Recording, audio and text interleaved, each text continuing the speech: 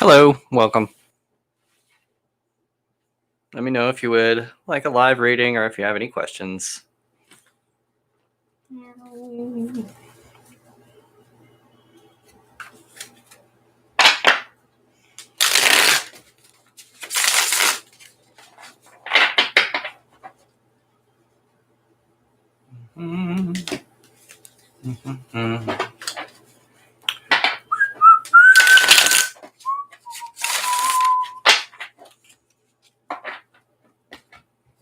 Let's move this guy up here. I'll just go ahead and do a reading for myself.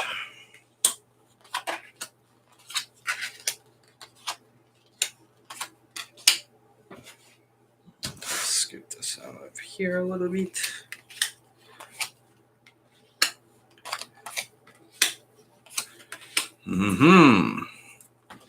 So, Page of Coins. This is starting off on a new opportunity, and it's a financial opportunity. It's kind of like, oh, I got an idea for a business, and I'm gonna kind of take off with it, but it's not very experienced yet. It's a little bit of a new venture or experimentation, that kind of thing. So the crossing me or the influencing me is the Queen of Coins.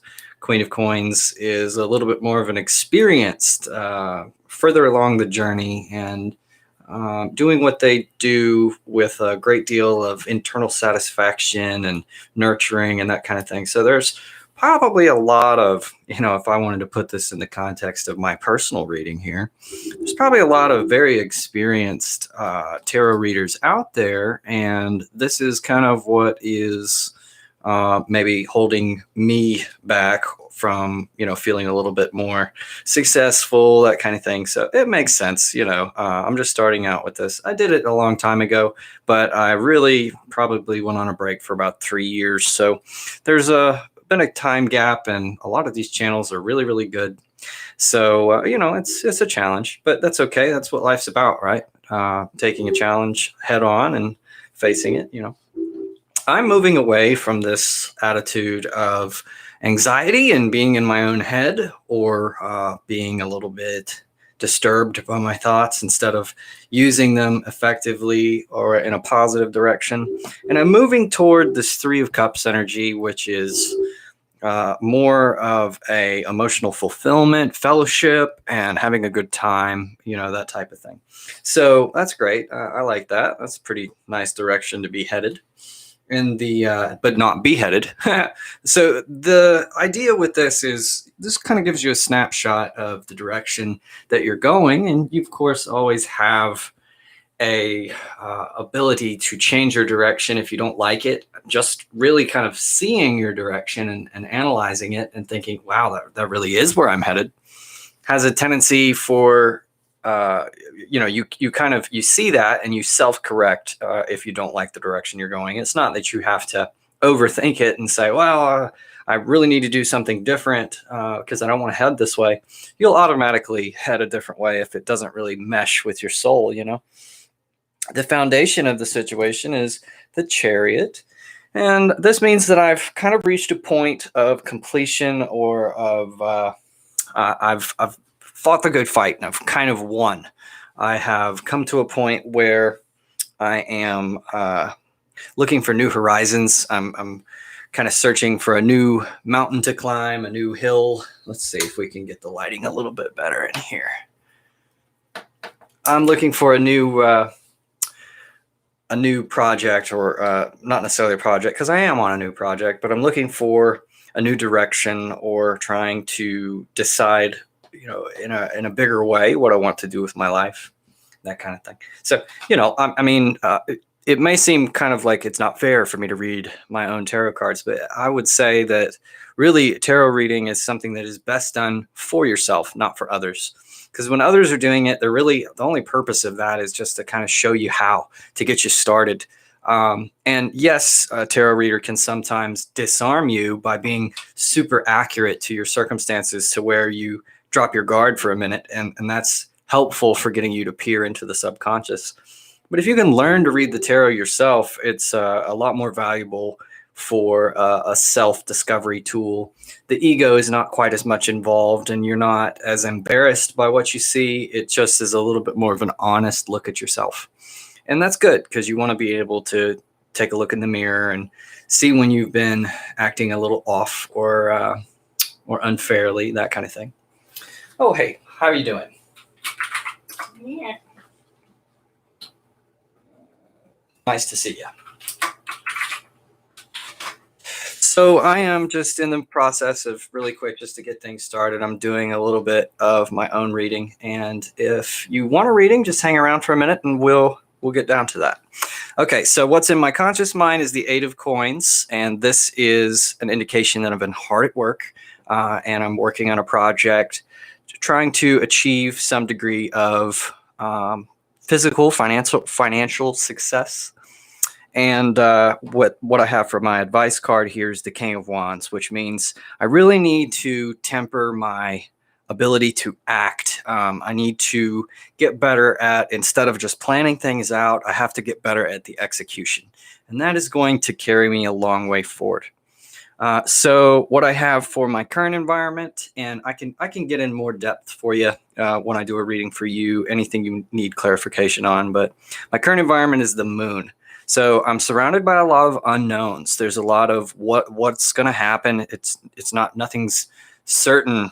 There's a lot of questions about the future. A lot of things could go a lot of different ways. And in the original moon art, there is a white and a black wolf or dog, and they represent that kind of welling up from the unknown and the subconscious are things that you like and things that you don't like. So it's kind of a double-edged sword. There's things that you really need to understand about yourself, but things that also you don't really want to see. But you got to kind of take the good with the bad, and it leads you to kind of open up to your intuition a little bit more, which is very valuable. And it, on the whole, kind of makes you more successful if you are able to find that sort of balance of the known and the unknown. Okay, so for my fears, there's the Emperor, and the Emperor is all about authority and being ruled over. I am a person who does have a tremendous disdain for authority. I've always had a problem with authority, and mostly because it seems all over the place like people get authority that is not deserved. So for me, I'm a little bit, uncomfortable by having my life in somebody else's hands. I definitely couldn't sign up for something like the military, because being ordered to do something that I don't think is a good idea is just not something that I'm able to do. I'm more of I'm going to find the right way, So what is the overall message, where I'm headed in the long term here, is the 7 of Cups in the reverse. So this is, normally the 7 of Cups in the upright is having a lot of choices coming at you, but none of them are really serving you. And so it's kind of like a distraction, or there's a lot of options they seem like they're trying to get you, like you're walking down a seedy marketplace and everybody's like, hey, come buy this, come buy this. But in reality, you don't really need any of it.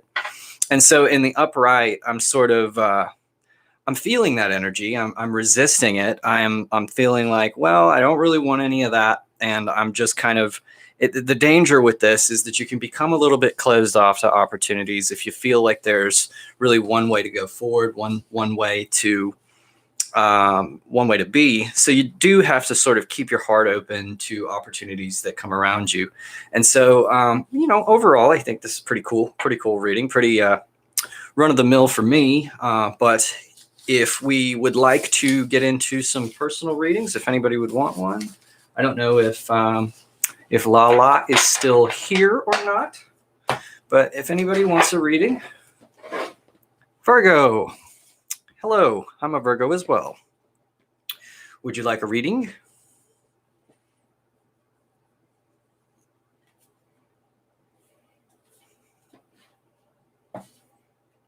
If you would, just, choose which deck that you would like, and I'll give it a shuffle, and we can give you a nice little reading here.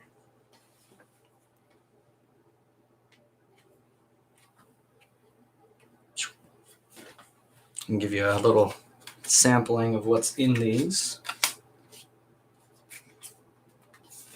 Uh-huh. Black. Lala. Hello. So we'll give you a... This is a new deck that I just got. This is the Light Seers Tarot. I have the box right here. Is the camera backward for you guys as well? It looks backward in my screen here. Welcome back. Ooh, I have one leg flat. It's very thick cards, very nice, hefty cards. Yeah, so for some reason on my camera everything is backwards, so I don't know why.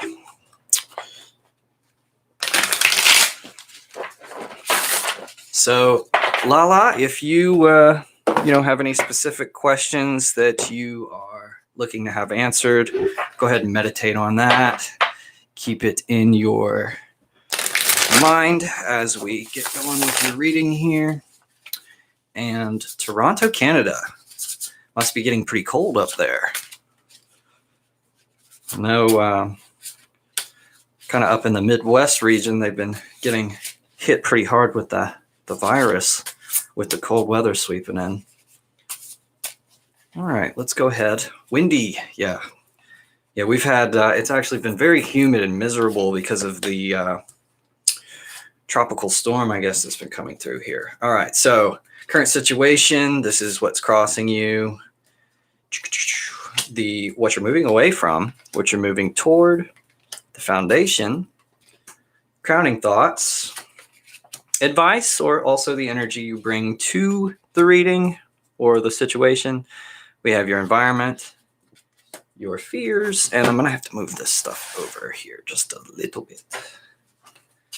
And your overall message. In fact, I've been liking to do it a little bit differently like this. Okay, so for your current situation, you have the Six of Wands. And the Six of Wands has a lot of good energy to it, a lot of positive, like victory. You've kind of made it through some situation possibly, or you're just feeling kind of on top of the situation, feeling like things are for a change, maybe, or maybe it's been this way for a while, but you're feeling like there's a sense of victory. And she's got her arms raised up. I love how there's a V there, so it definitely indicates a victory. There's been some action that's been taken. You've done something and you have really kind of knocked it out of the park. You're not feeling like you're being held down, or you're not feeling stifled for a change. You're feeling a little bit of freedom, and that's really wonderful. What's influencing you is the Page of Pentacles, and this is a kind of a new opportunity for financial success or for a business, something like that, some new endeavor that has a capability of bringing you some nice abundance, and so you're new at it. You're not at the king or the queen or even the knight, so you're a little bit new at it. So there's going to be some hurdles for you to overcome, and what's going to determine whether or not you do well at this is just really how much can you overcome those hurdles, keep your chin up, and learn from the losses, because there are some inevitable losses that come along, but learn from them instead of letting them get you down, And it's a wonderful place to be. Nice starting out energy here. Something's beginning, something new. So what we have in the past, what you're moving away from, is the Magician. So the Magician is somebody who has a lot of ability for manifestation. Whatever they think tends to become a reality. And it's almost as if, sometimes this also can be like a childlike mentality. I find that children embody the Magician almost universally. Every child does, because it's like all of a sudden, if you're a kid, you can be just sitting there doing nothing, and all of a sudden you're in this imagination dreamland, and anything is really possible. And so leaving behind this energy, or taking it, going away from it, it seems as though you're moving into a little place more of practicality. You're maybe getting out of the dreamland of wanting things to work out a certain way, or feeling as though, things can happen just by chance, or just by what you want to occur, just spontaneously happening. And you're really getting more into the nitty gritty of making it happen, of action, of doing things. You have to go that direction to make this opportunity a success. That's where you're going to have to head. Now, where you're headed, or what's headed towards you, is the wheel in the reverse, which kind of indicates, the wheel. There's a lot of randomness to what comes in life, a lot of ebbs and flows and cycles and things like that. And that again, to me, reinforces this idea that whatever this adventure you're on is, you're going to have some ups and downs, and you're just sort of, as the process unfolds, going to have some hard times and some good times. So again, I would say, be careful to not get down when things maybe don't go your way, but just to treat everything as an opportunity to improve and to learn.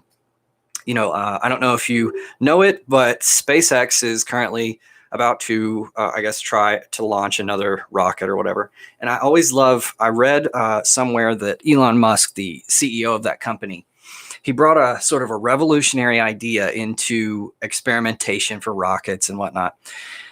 Before, NASA would just not test unless they were almost certain that they were going to succeed. And he said, well, this is way too slow and way too expensive. And so he said, well, we're going to have a new method. If we think that if we have a 51% chance or more of success, we're going to test. And so they only take it to the point where they're slightly more certain that it's going to succeed than it's going to fail. And that's because you learn a whole lot more from failures than you do from success. And so it actually, in the long run, accelerates you even faster, because you're not delaying because you're trying to be really, really certain about what's going to happen. But just the fact that you kind of go toward this action-oriented mindset is really going to pay off for you. And if you don't let things get you down and keep moving on and keep learning, this is going to accelerate faster than you even thought it would, right? So foundation is the Empress, and let's see. Yeah. Absolutely, Freddie. You're definitely added to the list. So the Empress is in the reverse here.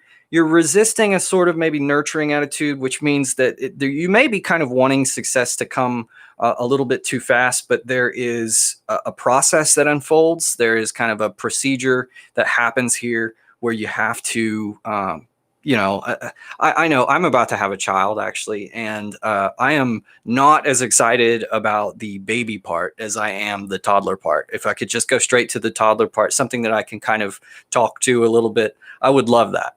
And the taking care of the diapers and that kind of stuff, that's not as appealing to me. So, but it's all part of the process. Thank you. But it's all part of the process, and I'm looking forward to the whole process in general.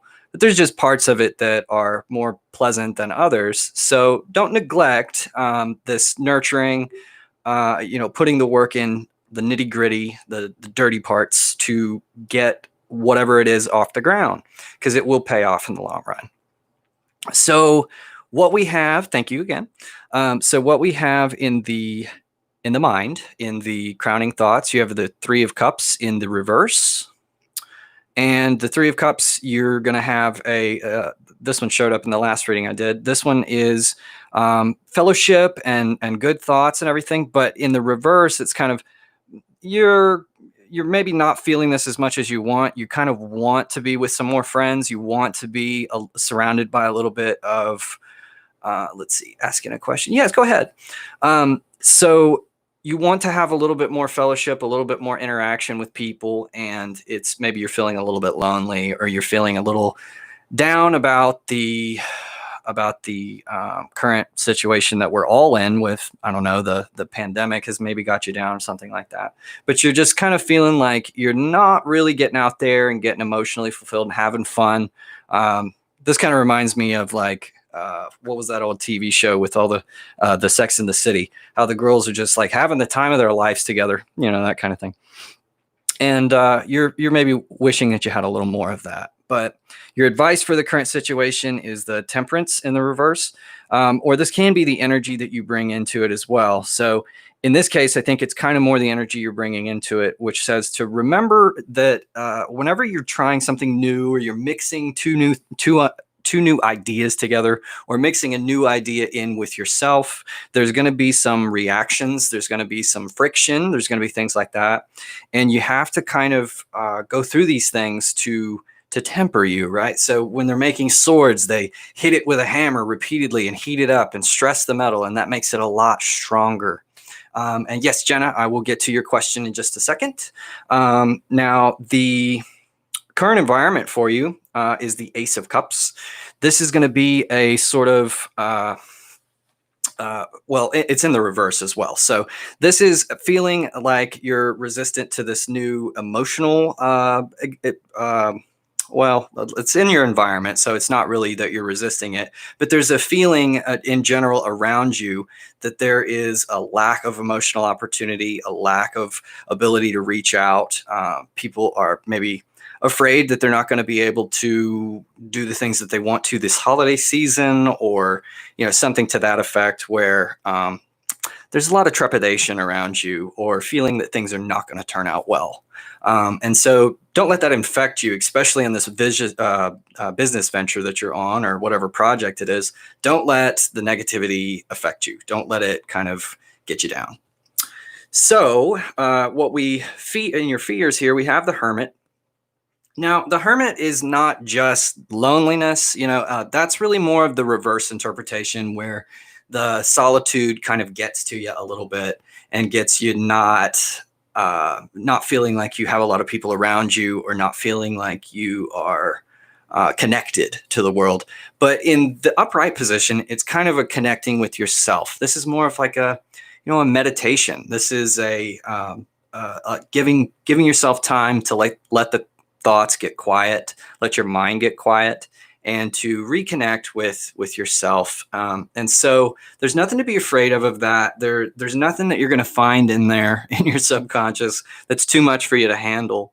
And there is always a time and a place for this type of energy, but it may not be time for that right now. So maybe your fears are not necessary at this point, because I kind of don't feel like that's coming your way anyway. I kind of don't feel like the solitude and all that is going to be there for very long, even if you're feeling that way at the current time. There's going to be action that comes up pretty soon that kind of catches your attention and gets you a little bit more fulfilled.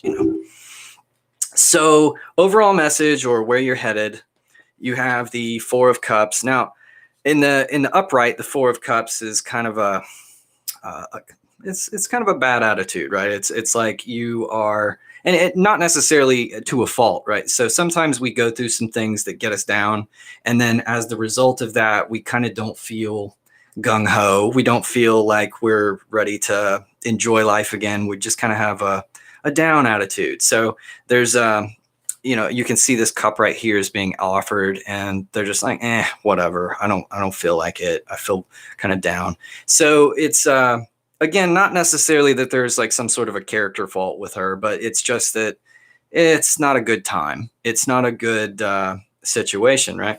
So in the reverse, this is a little bit different. This is, you are, I want to say, you're kind of, you're kind of resisting the idea that things can be better in some sort of a dimension, in some sort of an emotional dimension. You are kind of, you're still at the same time, you're aware that in the future things can work out, that things can be better, but there's still this resistance and feeling like, I don't know if I even want to go down that path. There is a closing yourself off in some particular dimension in your life. And I don't think that is going to be necessary for you. But at the same time, if it gives you more energy just to focus on something right now, and you have a good project that has a lot of, drained, exactly, just kind of drained. So if there is something for you to focus your energy and your attention on, I think that's going to be very productive for you right now.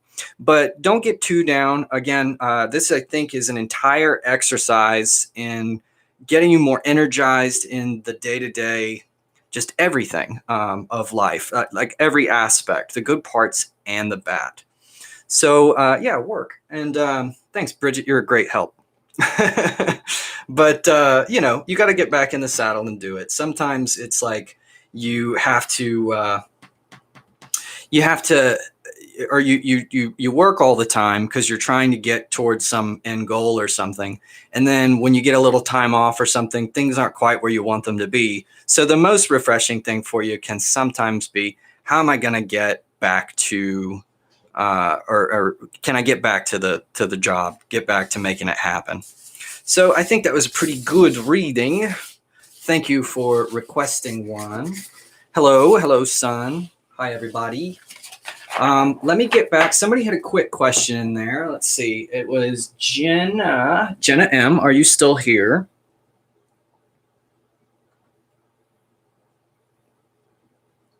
I don't want to skip for full readings, but yes, shows you're still here.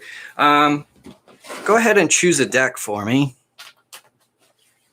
I'm not skipping you, Bridget, if you wanted one. I don't know if you said you did, but I'm not skipping you. I'm just going to go ahead and do a quick answer for her. Deck 2, this one.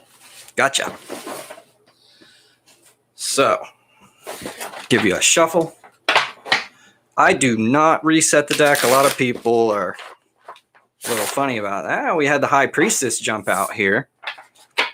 So, High Priestess jumping out here means that you're very in tune with your intuition. So, it kind of makes me beg the question if you even need me to do this, or if you kind of already know the answer and you are just seeking some validation, which is definitely fine. I do not have a moderator. I don't even know necessarily how to do that. So yes, no, we're definitely still going to give you the insight here. So your question was current and future. Let me go back real quick. Current feelings and future actions towards you. Okay, that's cool.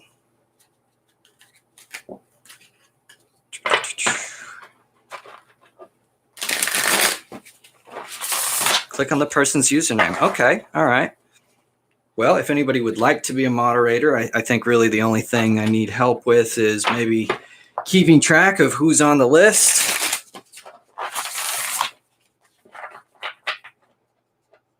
Freddie, thank you. I appreciate that. Let's see. So left click. I think I have to do it this way. Add moderator. There you go. So yeah, if you could just help me keep track of the people who have requested readings. Yes. Well, Bridget, you know, if you thought that reading was for you, absolutely. So this, we're going to do what's kind of happened in the situation in the past, what's going on right now, and what is going on in the future. Now, personally, if I hit all reverses, I always do this. And it's just a habit that I've made. And for some reason, it kind of just turns out a little bit better. So in the past, there was this sort of this, and you tell me if it doesn't kind of turn out the way that you want. But in the past, and we can go back. But anyway, in the past, there was this really harmonious relationship, emotional fulfillment, that kind of thing. Moving away from that a little bit means that maybe things have gone a little sour for you. Things are not going the way that you've wanted them to go. So I don't know. It's sort of like there's a change from that harmonious, or something new is happening. And it's not necessarily that it is going in a bad direction, but you're entering a new phase in this kind of a relationship. So there's something else that needs to go on here. What we have in the current situation is the Two of Wands. This is a planning phase. Something is going on where there's perhaps somebody taking stock. If this is about your significant other here, this is maybe trying to figure out, what am I going to do with my life? What do I want out of life? This would be kind of current feelings. So it's a lot of deliberation and wondering, what, I'm not quite sure yet what I want to do with my life, but there's planning going on here. The initial steps have not been taken, but there's a lot of looking out into the future to see what's going to happen. So, yeah, pursuing the same career. That's nice. That's wonderful.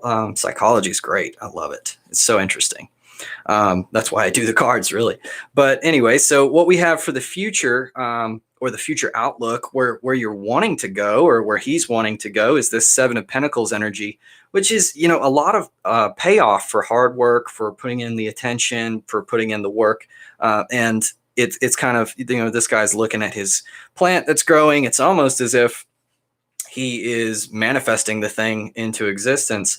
But it's usually a kind of thing where it's not quite harvest time on this. It's really more of falling in love with the process and kind of feeling out what life is about a little bit, reconnecting with what's going on in life in general. And then, you know, there's a way of coming back to things, because, you know, what happens is you plant the seeds, and then the plant grows and you get the fruit. And then what you end up with at the end of that process is more seeds, right? So there's kind of this cyclical process going on. And this is really focusing in on one step, where it is enjoying watching the fruits of your labor, aside from the actual fruit, but actually watching it develop and grow, you know, that kind of thing.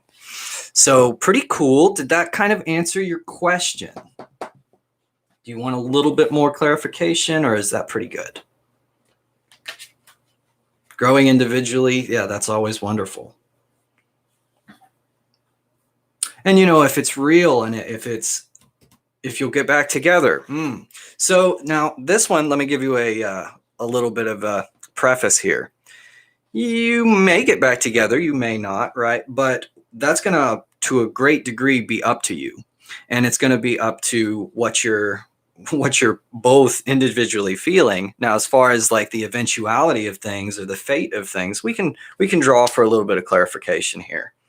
So Chariot, this to me seems like a positive sign, because you have two different forces, and they're kind of brought back in together. So to me, what this says is, if it's right, if you are going on the same sort of course, if you're both headed in the same direction, then there's really no reason that you wouldn't end up together. But now if you're diverting, you can't have a chariot with two horses going opposite directions. So what's going to make the difference is, are you both going kind of in parallel paths on the same road, or is it kind of like you're looking for two different things? So there's that. And yeah, super similar. Yeah. I've felt that kind of an energy before. It didn't quite work out for me, because I was just kind of in a different point in my life. But, you know, it's always different.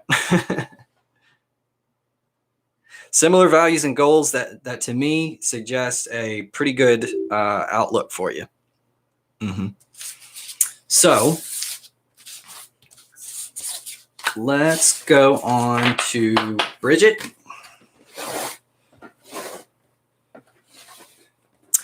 So yeah, there's a little bit of self-confidence that needs to happen there. There's a little bit of, gaining some faith in yourself, or not even necessarily faith in yourself, but faith that things are going to work out, you know. You're very welcome. So Bridget, would you like to pick a deck?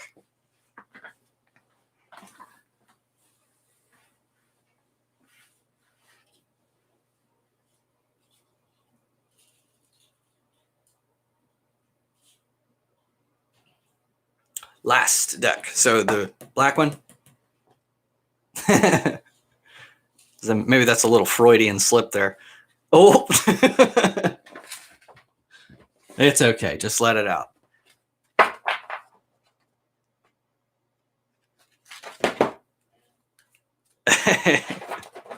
How are you doing?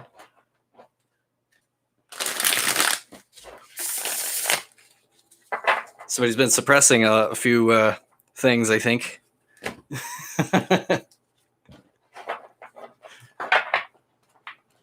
Yes, you may. Thank you. Oh, we had a failure. It happens. We got to learn from those failures. Woo!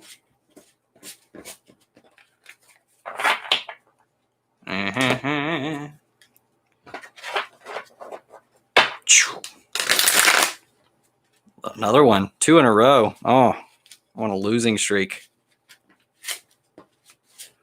Okay, well, so here's what we're going to do. Try something a little bit different here. Smudging.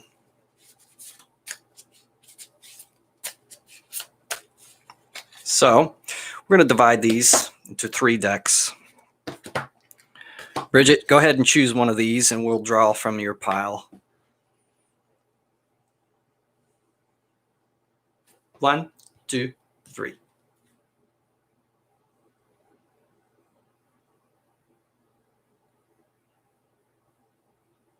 Middle. All right, good choice. All right. I don't know. Maybe not. Okay, 9 of Swords. Oh, sorry. This is going to be your crossing energy. Headed away, headed toward, foundation, grounding thoughts, advice, environment, your fears, and the overall outcome. Okay, so I'm still, getting used to this a little bit for this. We have a lot of swords here. And Justice also has a sword. I don't know if that counts for you, but it does for me. So 9 of Swords, there's some anxiety, there's some worrying about what's going to happen, or a lot of times this energy is not necessarily fully focused on actual events or things that are going on around you, but sometimes it can be a situation that you're kind of building up in your head, or worried a little bit about what might happen, or kind of thinking about the worst instead of thinking about the best, right? But there is always an opportunity in here. You see all these crows or the blackbirds, and then there's this one little white one here. And there is always this opportunity to focus on that white one, and that's sort of your escape rope, your way out of the sort of negative headspace that you're in. You have crossing you this 3 of Cups, which we had that one in the last reading. In the reverse, you're maybe feeling a little bit lonely or a little disconnected, or not having the fellowship of and friendship that you kind of crave or that you want to have. So that one's been a pretty common theme lately. I think that it's just the state of the world that we live in right now. It's hard to get together and to have some good times, but it doesn't mean that you can't. I mean, here we are. We're having some fellowship here in the virtual space, which is pretty cool. Yeah, hermit mode. So what you're moving away from is this King of Swords. King of Swords, this could be a person, or it just could be an energy that you've kind of left behind, but it is a very intellectual person, very intelligent, but has a tendency sometimes to be even maybe a little manipulative. We'll say that, just in some subtle ways. You're not gonna see them necessarily as a complete scoundrel, because they are, after all, a pretty good person deep down. But they have that ability, and they'll sometimes use it. They will sometimes make you think certain things intentionally, or that kind of idea. So you're leaving this energy behind. You're traveling away from it, and because of that, there's this entering into a more of an honest and truthful environment, something that is a little bit more open, which is pretty cool. And it's also a little bit less in your head. You're living your life a little bit more in the present, and sort of learning to cut out the noise of your mind.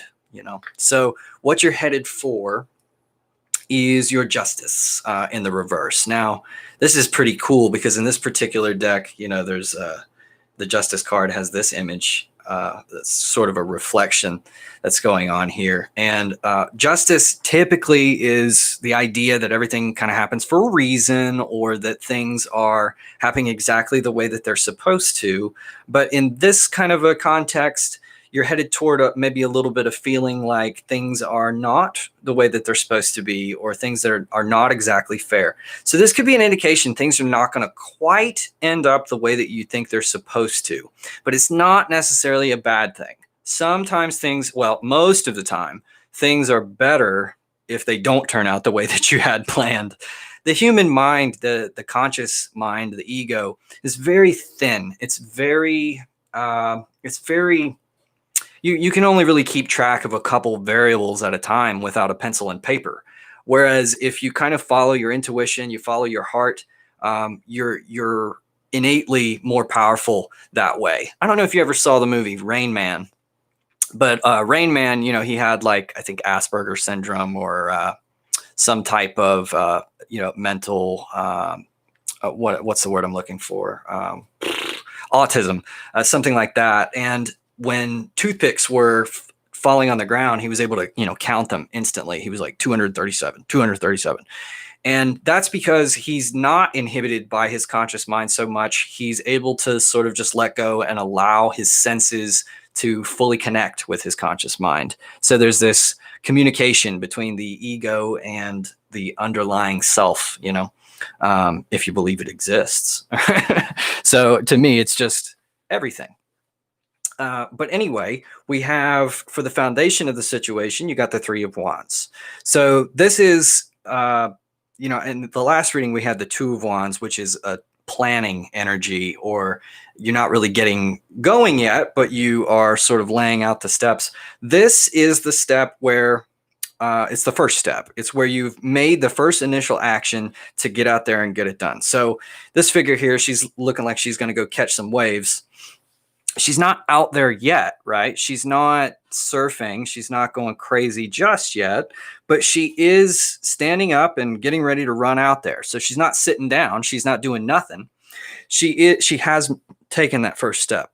And that first step, I think, is really one of the most important. And as the foundation of the situation, you're currently in the process of learning that once you kind of get the gumption up just to take that first step, just to do it, to quit stalling, quit deliberating, and just do something. It doesn't matter if you accomplish it. She's not surfing right now, but she's made the decision that she's gonna. And so that's a really powerful place to be. And that is where you are headed. Well, that's the lesson that you're being asked to learn by the universe, right? So what's in your mind is the world in the reverse.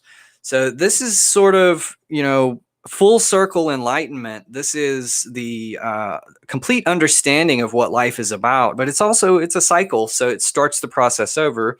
But what happens is, in the reverse, this is maybe you're kind of resisting taking this step. You're kind of resisting starting back over, going to square one on this whole journey. You want to feel like you have things figured out a little bit. You want to take some time to enjoy being at the top, right? But the problem is it's a wheel that keeps on turning. So when you're at the top, it's only a matter of time before you're at the bottom again.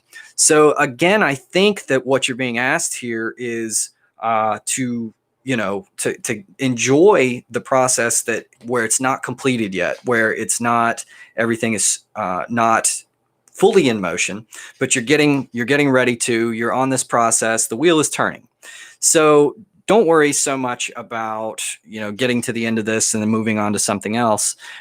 People who are really, really happy, who are really fulfilled, they don't cling to any one particular part of their life. They're able to let it happen. They're able to let it unfold, to let it, I'm used to this merry-go-round. Yeah. So you're able to let it unfold. So don't resist that. Don't try to keep the wheel from turning. Just let it go.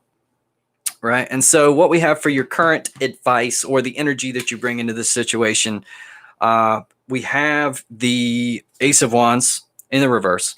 So maybe a little bit of misguided action, something that's kind of not gone off exactly the way that you thought it would, but to kind of keep in mind that there are ways of tackling the situation that you haven't necessarily considered yet. This is asking for a unique approach to this situation. You're going to need to be a little creative with how you act and figure something out that you didn't necessarily think of before. Okay, so for the environment card, you've got the Two of Swords in the reverse. A feeling of trapped, of self-doubt. This is usually not you, because it's the environment card, but it could be the environment is provoking you to feel this way, or it could be that others around you in your situation are feeling this way, and they could be dragging you down with them. So be careful with that. Don't let this energy infect you too much, which is that you don't have the ability to to do what you want to do, or that you are stuck. You don't have choices. You don't have the ability to choose the life that you want. So yeah, definitely try to guard yourself from that energy. Pick yourself up and realize that you do have some power. You do have some choices, some ability. And then what we have for your fears card is the Four of Pentacles in the reverse. Now, Four of Pentacles is normally a person who's saved up. They're clinging to their money. They're clinging to their wealth.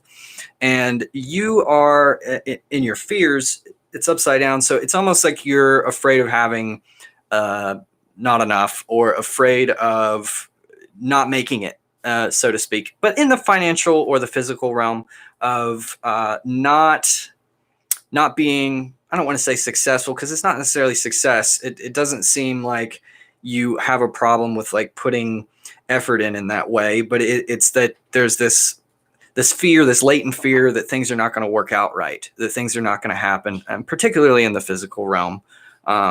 But just in the material in general. Could be finances, but it could also be a situation where you're afraid that you're not going to end up in the house that you want, or that you are not going to have the job you want, that particular type of thing. So you're worried about that for some reason. The overall message where you're headed, the moon. I love this card. The moon in the reverse in this case. So it's the unknown, right? But you're sort of resisting this unknown. You kind of are wanting to know things a little bit more, and not knowing is kind of bothering you a little bit. And that's totally natural, I think, especially in this situation. Everything's kind of up in the air right now. And so we all want to, I think, move toward a little bit of more knowledge. I think you're going to have a much better time if you embrace the not knowing. Have fun saying, I don't know. You don't strike me as being a person who really has to know all the time as it is, but really have fun. Just, I knew one person one time who really embodied this lesson, who every time she had to say, I don't know, she almost got the giggles. It's almost like it was, yeah, like a playground. It was like she thought it was so fun to say, I don't know. And it was because she had this belief that saying, I don't know, basically invited the universe to do what it wanted, to let it happen the way that she wanted, instead of trying to enforce her will on things, in a knowledgeable or forceful type of way. She just let it happen. She let it be what it was. And she was very happy to say, I don't know. So, as the situation being where you're headed overall, I think that that's a good direction for you to go. So, yeah. Oh, yeah. I totally understand that. Yeah. I've experienced a little bit of loss myself, but nothing quite like that. And I know that has a way of definitely teaching you some lessons. But anyway, I think that was a pretty good reading. I think let's go ahead and move on to whoever was next. My little helper. What exactly do we have on the list? Freddie's next.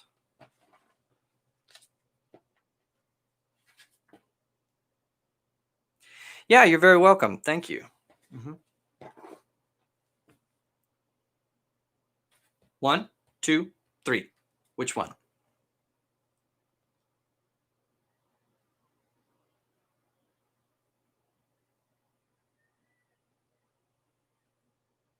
One, my favorite. This one is the Joie de Vivre by Paulina Cassidy. She does very whimsical. This is actually designed for children, but oh man, I love it. It's just great. So my favorite deck, I've had this one the longest, and I feel very comfortable with this one. I know it very well. So we'll go ahead and get your reading going. Get you a couple reversals in here. Oh, and this one.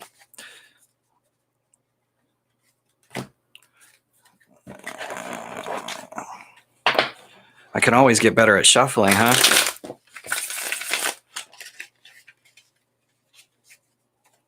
How many people are on the list after Freddie?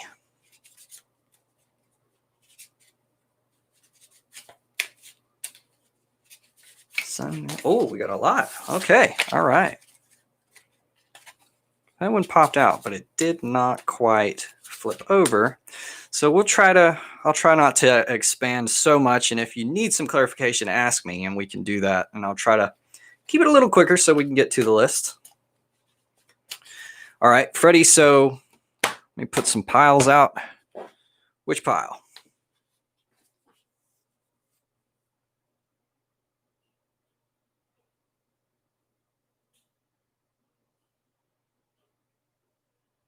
Pile 2. Okay, so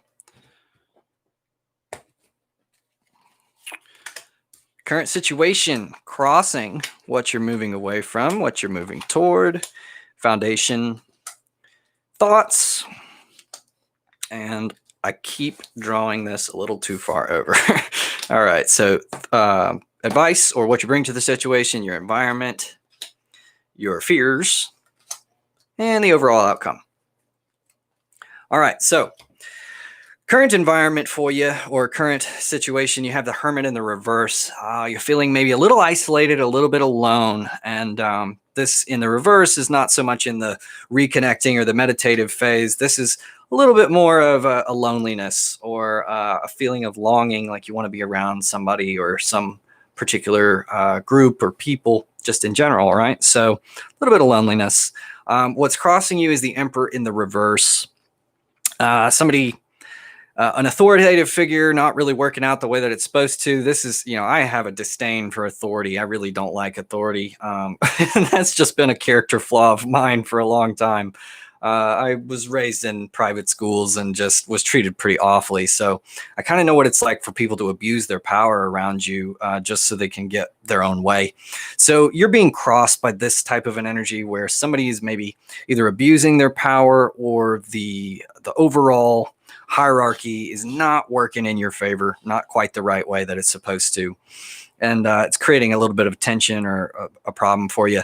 Maybe you're wanting to go out, but you can't because of some mandates or some problem like that. That's very likely to be something going on in this situation. But in one way or another, you are feeling a little put out by this authority or this idea of authority. Where you're headed away from is this Four of Wands, which is very much involved with the home. You can see them with their look like little bird houses, and very much home friendly energy. You're headed away from that. So I don't know if you are moving or if you are thinking about moving. You are just kind of not content, not happy with the way things have been, or you're leaving this energy of contentment. So it's kind of taking you away from that. So, and again, it may not be that you're doing that on your own or intentionally, but the situation has got you feeling a little bit less content about the home life and what's going on there. So the direction you're headed is the Knight of Cups. So this is a cool guy. I like him. In this deck, this knight is, riding a fish. So he kind of goes with the flow a little bit. He's a little bit less rigid in what needs to happen. He is romantic. He's the most romantic guy in the deck, and he's a lot more attractive than the other knights are because of this ability to be a little bit aloof or to be able to kind of roll with it, to go with the flow. That's a very positive for attracting somebody, that type of energy. So you're headed more toward that way. You're headed toward loosening your grip a little bit on what has to occur or the way that you want things to happen and flowing a little more freely. So the foundation of the situation is your Seven of Wands in the reverse. This is a feeling of needing to kind of defend yourself or needing to be kind of on top of the situation there, or, you're trying to lead people. You're trying to say, this is the way it needs to be. People are a little bit hesitant to follow you. You're not feeling necessarily as respected as you want to in this situation. There needs to be a little bit more of a focus on you because you have some knowledge here.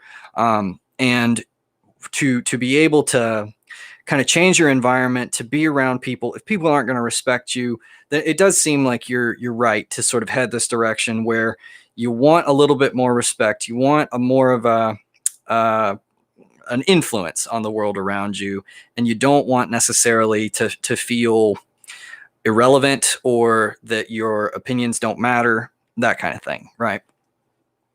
Absolutely. Hello, Mary. So what we have for the crowning thoughts is the King of Wands. This is action. This is getting things done. You really want to get some things done. You really want to get things, and you feel like you have a plan of action, a plan of attack. Like if people would listen to you, there is definitely a better upside for everybody involved. And so you're kind of seeking this environment where there is a sort of more fluid transfer of ideas between you and the environment, where people are a little less resistive of what's going on. So, and I think that will serve you well.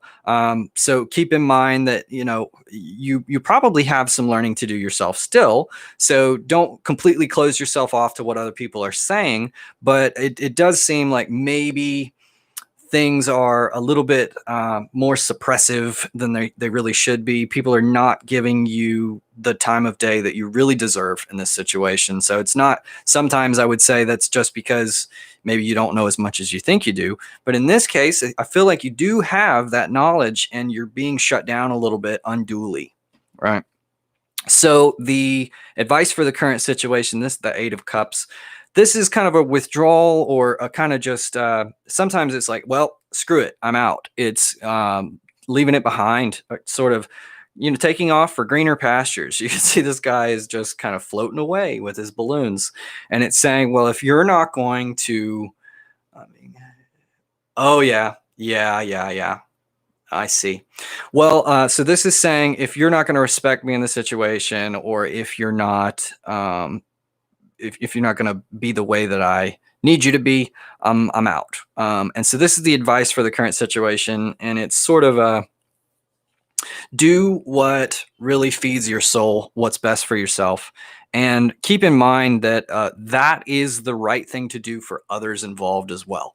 It is not the right thing to do to simply stay in a situation for the benefit of somebody else at your own expense. You want to take care of yourself. You want to be able to let your emotions kind of flow freely, right?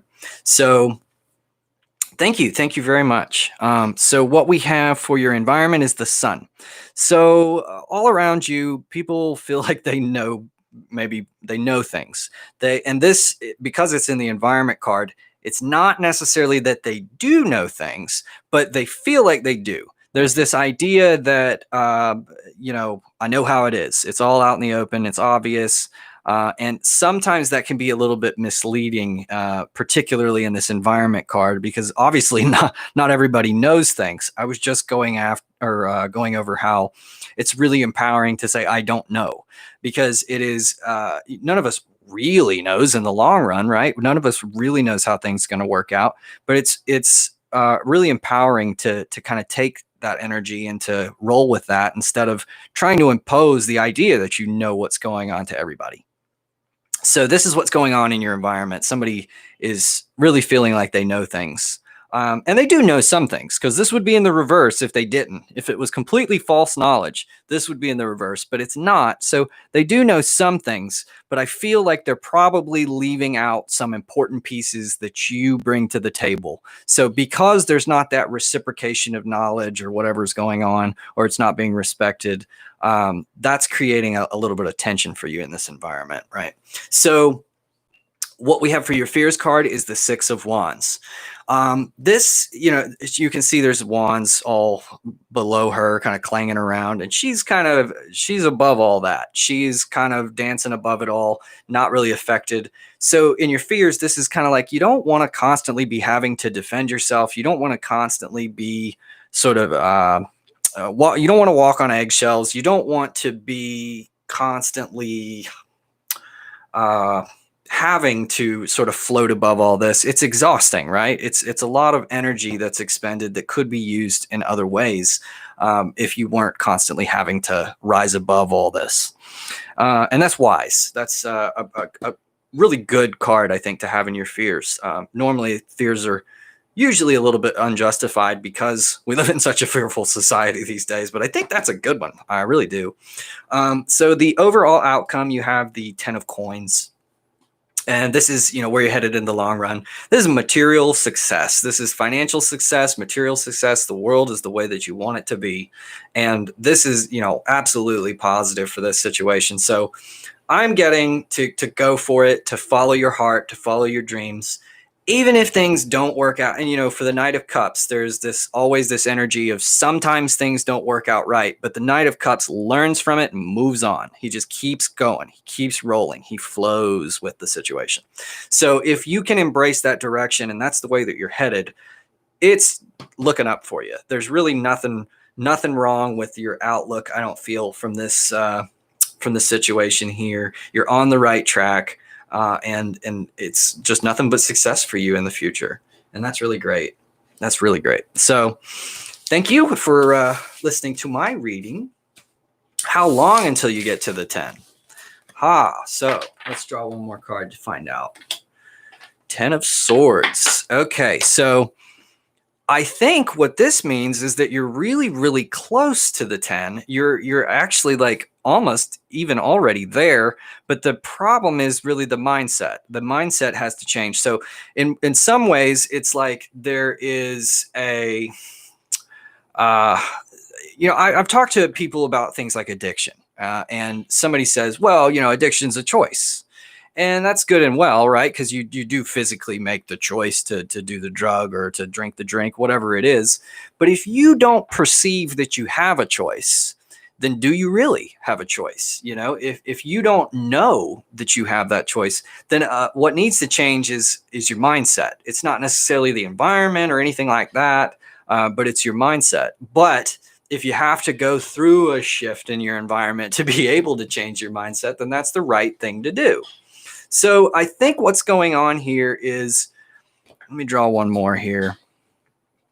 Yeah, so what's going on here is there is potential for you to almost be exactly where you want to be, but there is still lessons that need to be learned. There's sort of a process in life that needs to happen to broaden your horizons, to kind of make you either appreciate the situation that you're in, or if not to appreciate the situation that you're in, to learn why it's maybe not as bad as you think it is, right? So there's this kind of, and that is not to say to stay exactly where you were, because like your reading said, you're in a good direction and you can't skip ahead. You can't skip ahead in steps, but you're way, way closer than you actually think. With that 10 coming up like that, it's pretty, way, way closer than you think it is. So yeah, I think I think the situation that you're leaving behind is definitely good for you to leave behind. But there is, I think, what you're going to find a way for you to stand up for yourself in ways that you didn't think that you could before. And you might even look back and say, well, geez, if I'd only known that. But don't beat yourself up about that, because again, it's all a process of learning. It's all a process of becoming and being, so don't, try to skip ahead. Don't try to find out how to take shortcuts. Just go through the process. Yeah. About moving forward. Yep. Okay. That was great. I think that was one of the most positive readings I've done today. A lot of hope in that one and moving toward brighter futures. So thank you. Thank you for listening. Oh, here I go again. I really got to get this camera situation figured out. So who was next? Son, I think you were next. Still here?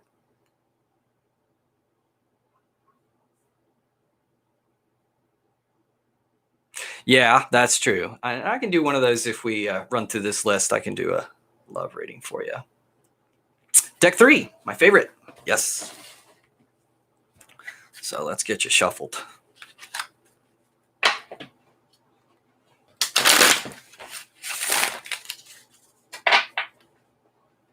How are you guys enjoying these? Pretty good?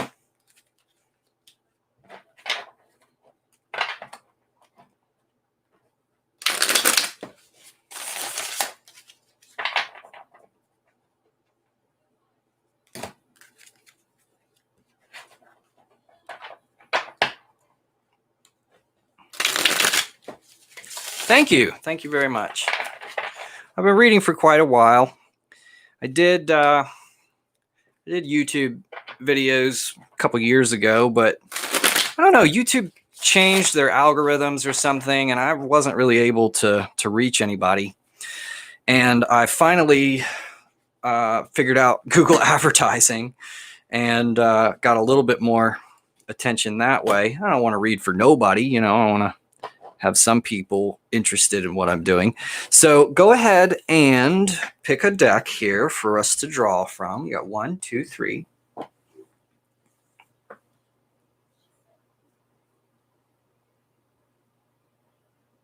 Oh, Sun. Oh, okay. You already. Oh no, that was your pick of your deck. So yeah, whichever pile you want.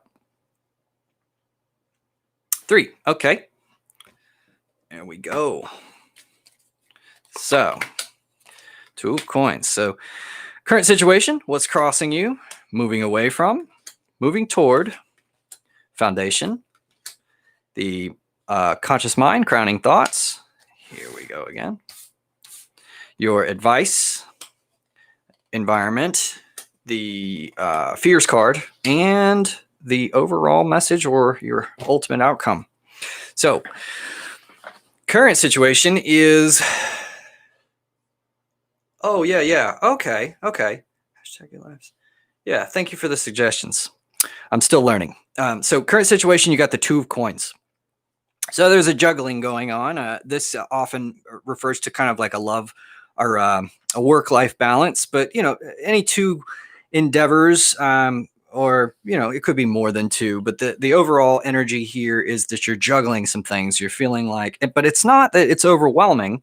You're feeling pretty good about it. You're feeling like you have things under control, even sometimes to a degree that is surprising to you. It's like, wow, everything is getting done, even though you have a lot of balls in the air.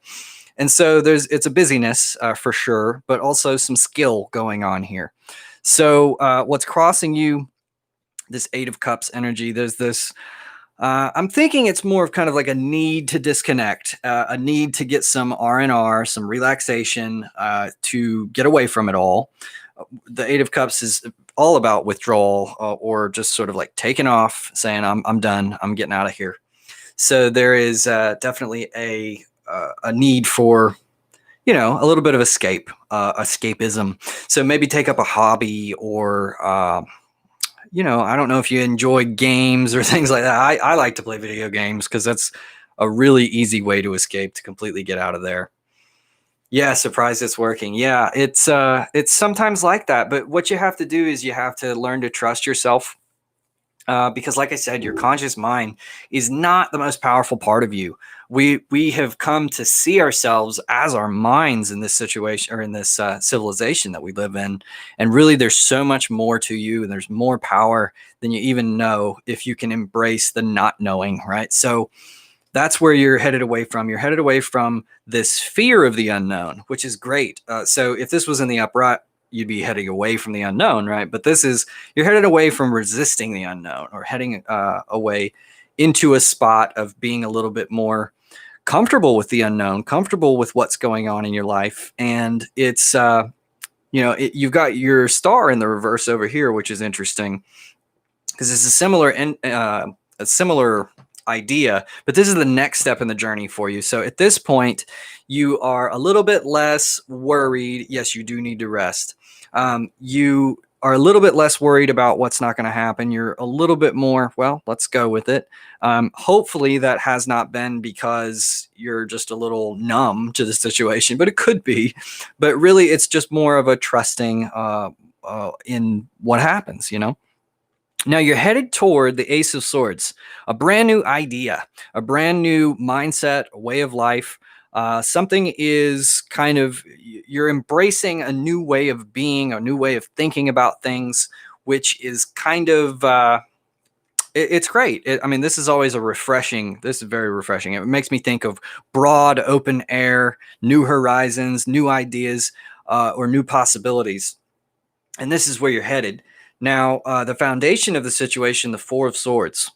Interesting. So Another card that's indicating rest, that you need some rest, that this is taking a toll on you, and you may not be feeling it quite yet, but you will have to pay off that sleep deficit eventually. So there is a need to rest, and not just your body, right? So this is the mind that needs a rest. This is meditation taking a toll. Yeah, absolutely. So there is some meditation that needs to occur, some disconnecting a little bit, and just taking some time for yourself.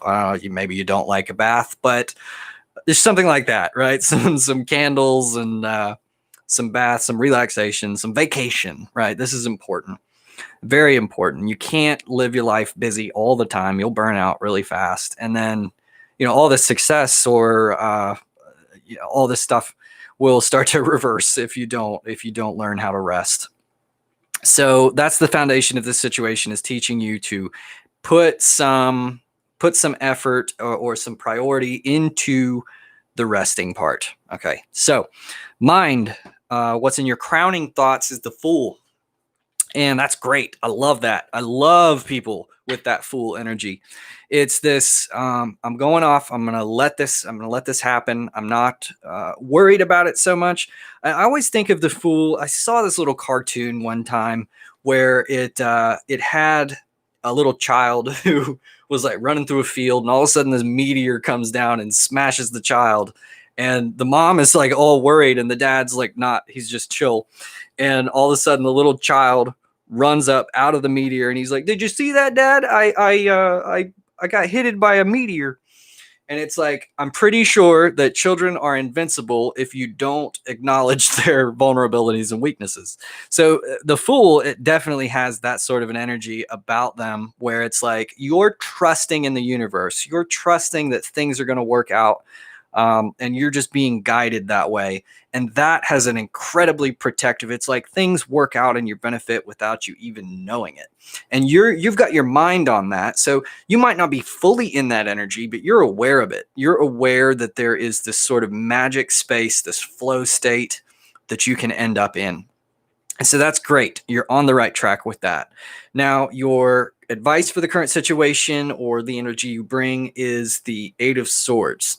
Kind of interesting here for the energy that you bring, or the advice, because the Eight of Swords is somebody who's kind of trapped by their own thoughts. This is being a little bit of, maybe if there's one thing that's sort of holding you back from this, it's the idea that you have to keep going. It's an idea, right? It's just an idea. Everybody is going to respect when you take time for yourself. And in fact, that may be what kind of propels you even further along your road, is taking a little time to say, you know what, I respect myself, and I really need to take some of this rest. I need to do some things for myself. So don't feel trapped by all the things that you have to do, or all the thoughts. You want to definitely kind of like tone back a little bit. And that has a way of proving to other people that your priorities are in the right place, that you're trustworthy. They will respect you just for taking that initiative. Now, your current environment is the Queen of Wands.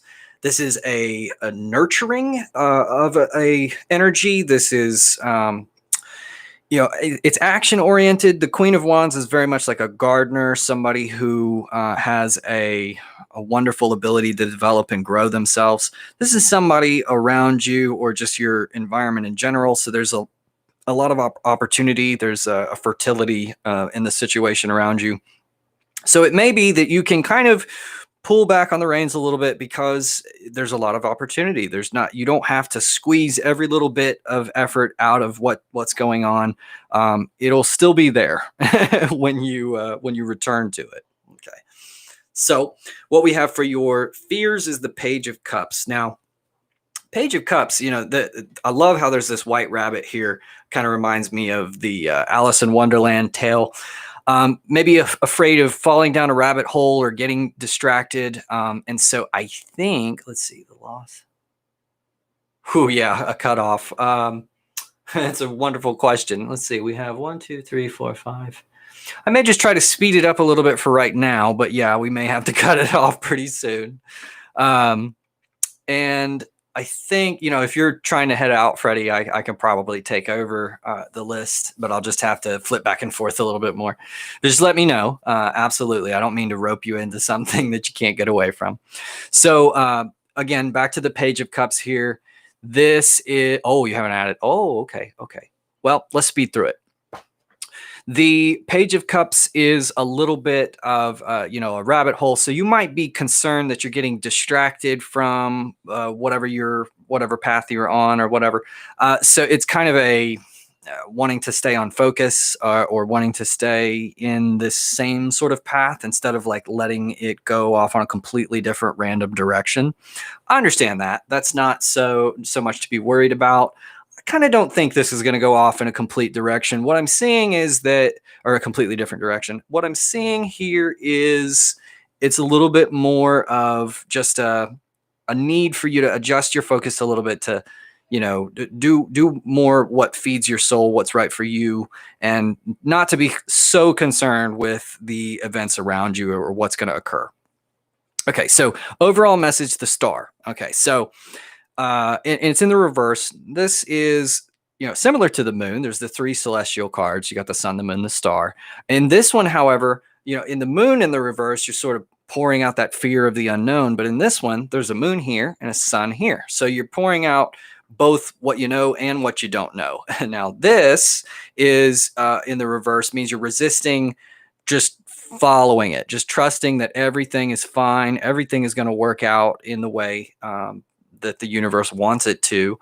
This sort of contrasts with this Fool being in your mind. So it's almost as if you need to do this, but there's something that's got you a little bit uncomfortable with making that jump to just kind of letting it all go and focusing on whatever the universe wants, So overall, I think, it's a natural process. It unfolds like it's supposed to. But you already have in your mind, you know what you need to do. You know how you're going. You know what energy you need to embrace. So don't worry about this too much. It's just a little bit of resistance, a little bump on the road, and you'll get through it. You will have some success. You will look out for yourself. Hello, new subscribers. And I think that was a pretty great reading. Thank you for listening. Okay, so got a lot here, and dinner is a cooking. So yes, you may be added to the list. Let's move on to the next reading. Who was next here? D, are you still here? Hi, okay. What would you like to pick a deck?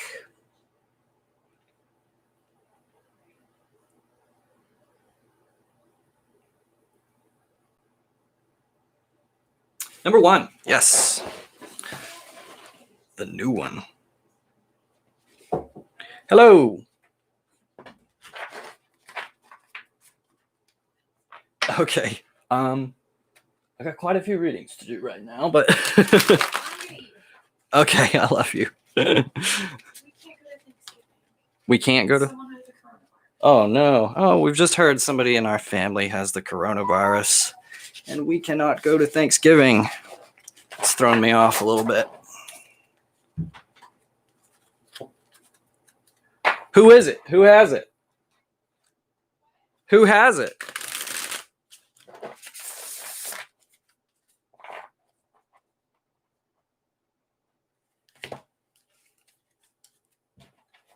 Virtual Thanksgiving. That was my idea. I think that's fine.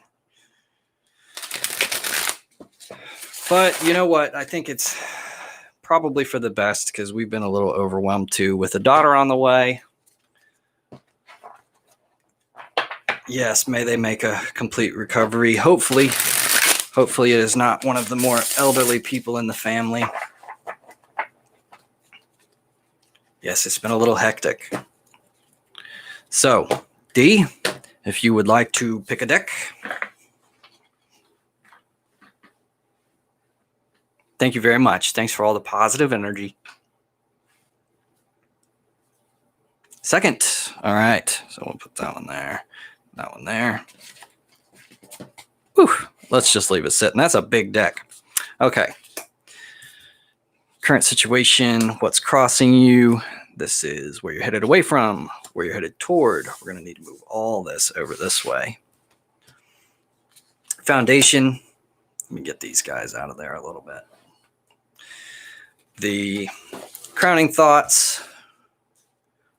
These are such cool cards. I just got this deck not too long ago. Very, they're more modern. You know, I typically go for something a little bit more classic, but these are really cool. Okay, D. So current situation, you got the Knight of Wands.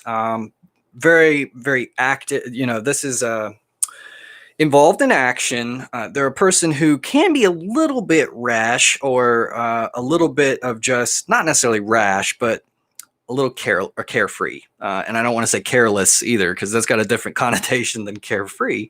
But a little bit carefree, where it's more about just, I'm going to do what I'm going to do, and it'll all work out in the end, right? So I love this energy. It's great. It's fun.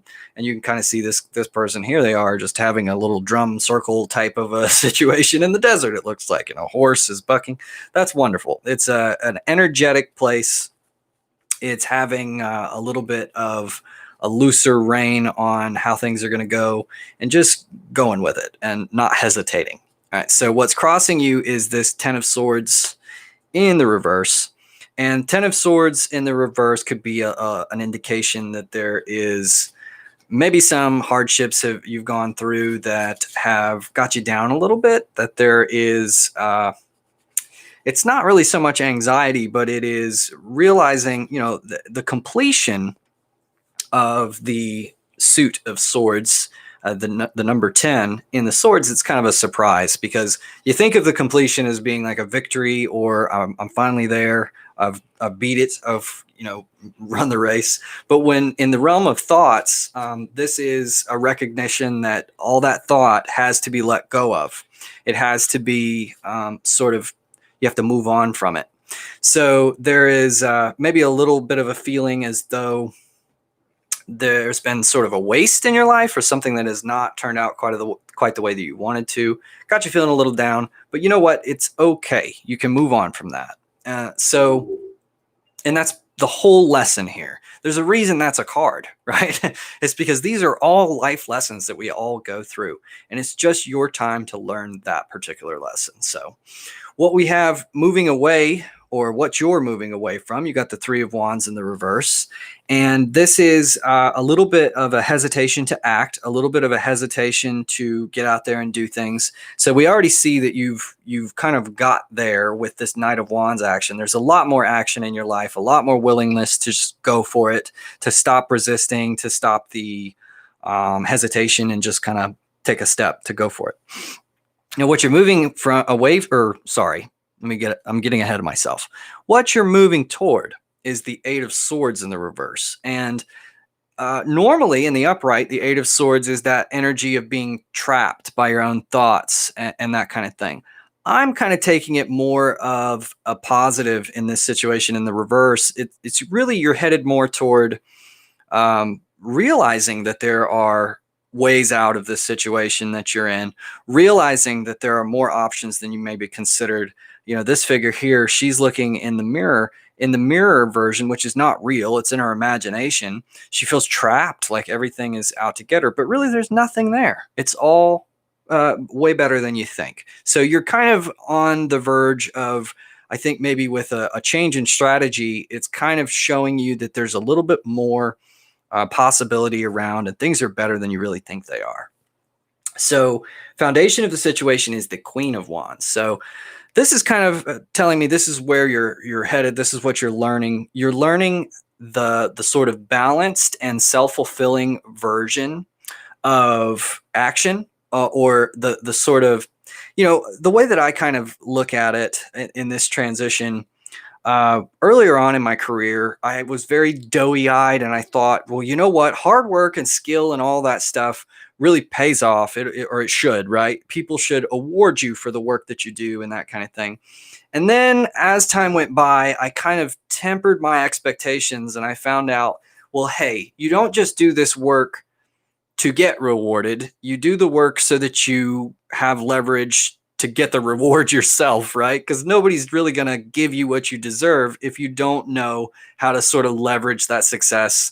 And, you know, it sounds like a bad thing to do, but it's just the way of the world. I remember I worked at a restaurant for probably 10 years and I was making 10.25 an hour. And then somebody who was awful, who walked in off the street, was making 11.50. And when I found that out, I went ballistic. I mean, it was not pretty. I was very angry, but I had a talk with my boss at the time, and what he said was, that's the way of the world. If you don't have any way of, forcing people to give you what you deserve, a lot of times they just won't. And he had been in the same situation himself. So this is the situation that you're kind of growing in or developing in. What's in your mind is the Queen of Swords in the reverse. So contrast that with what you have in the subconscious or the foundation. The Queen of Swords in the reverse, you're maybe a little bit, there's an intellectualism here, or a feeling like you need to know things, or you know how things are supposed to go, but it's a little misguided, right? So working for yourself, or doing a job for yourself, is a good thing, and you're headed down that path, but it's maybe not paying off in the way that you think it's gonna. So it may be that the work that you put in, or the effort, is not going to necessarily pay off in the current work environment that you're in, but it may be that somebody else notices that work and gives you an opportunity that you didn't see coming. So there's this sort of misdirection that I'm getting out of that.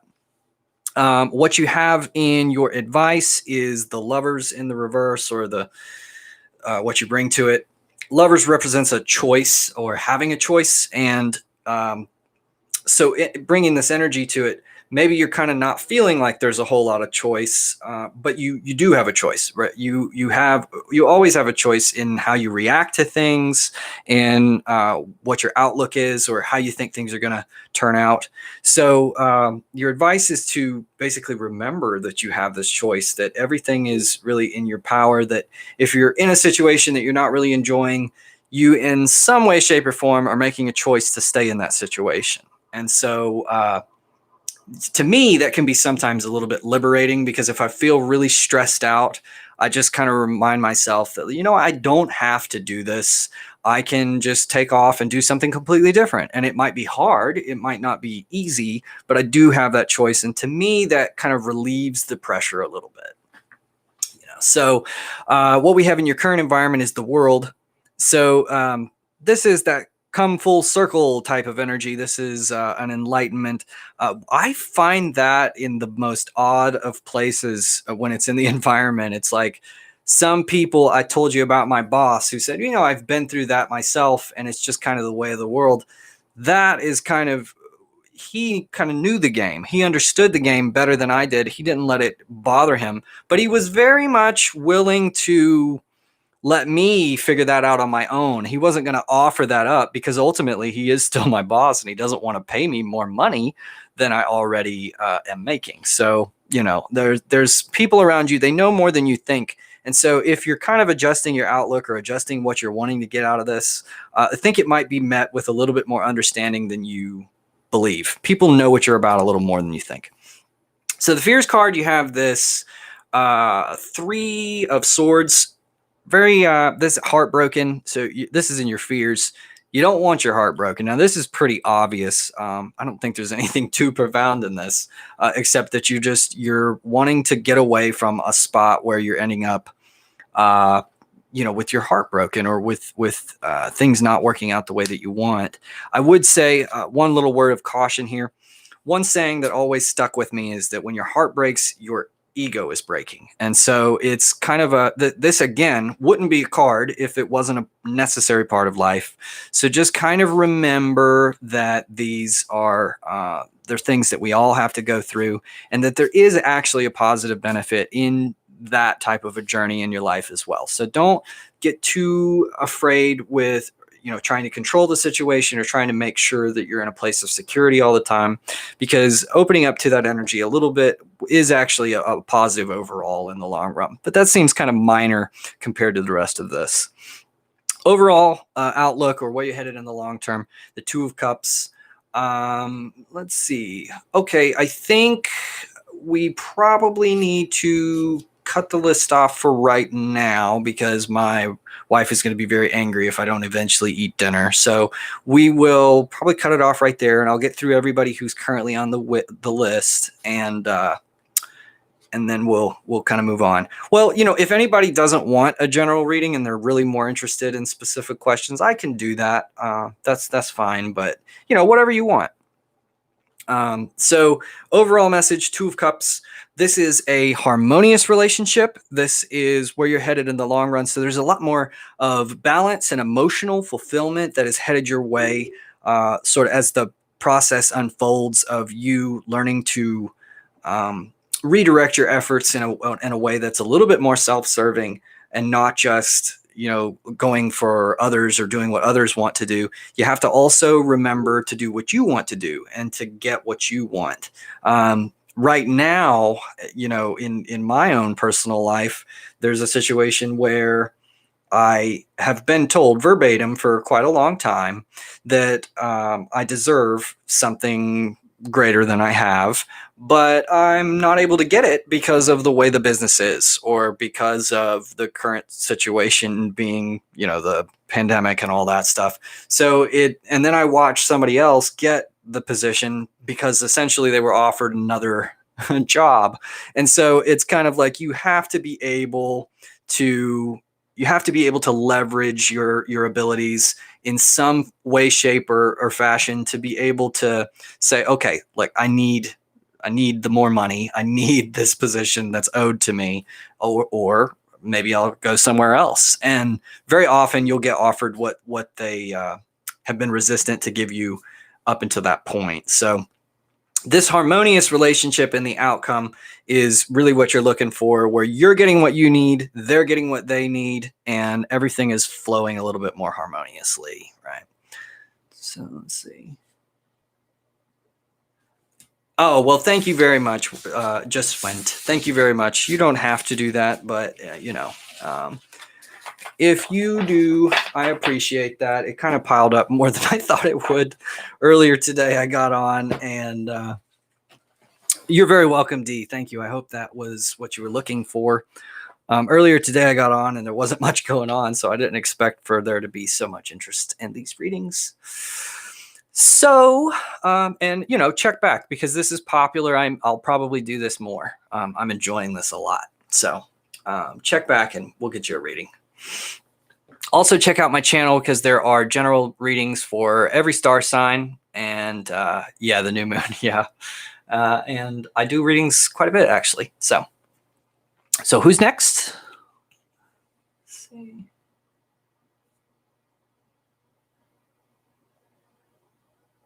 Thank you very much. I appreciate that.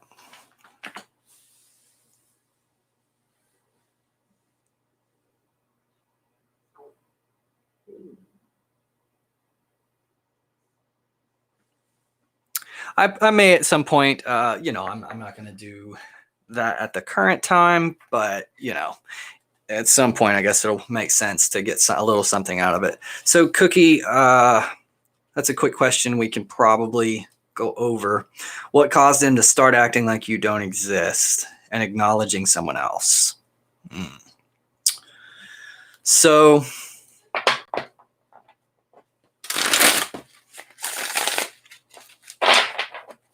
let's do a little bit of shuffling up here. Don't mean to skip somebody, but if we have these quick questions, I can kind of get them out of the way so people don't have to sit through these general readings so much.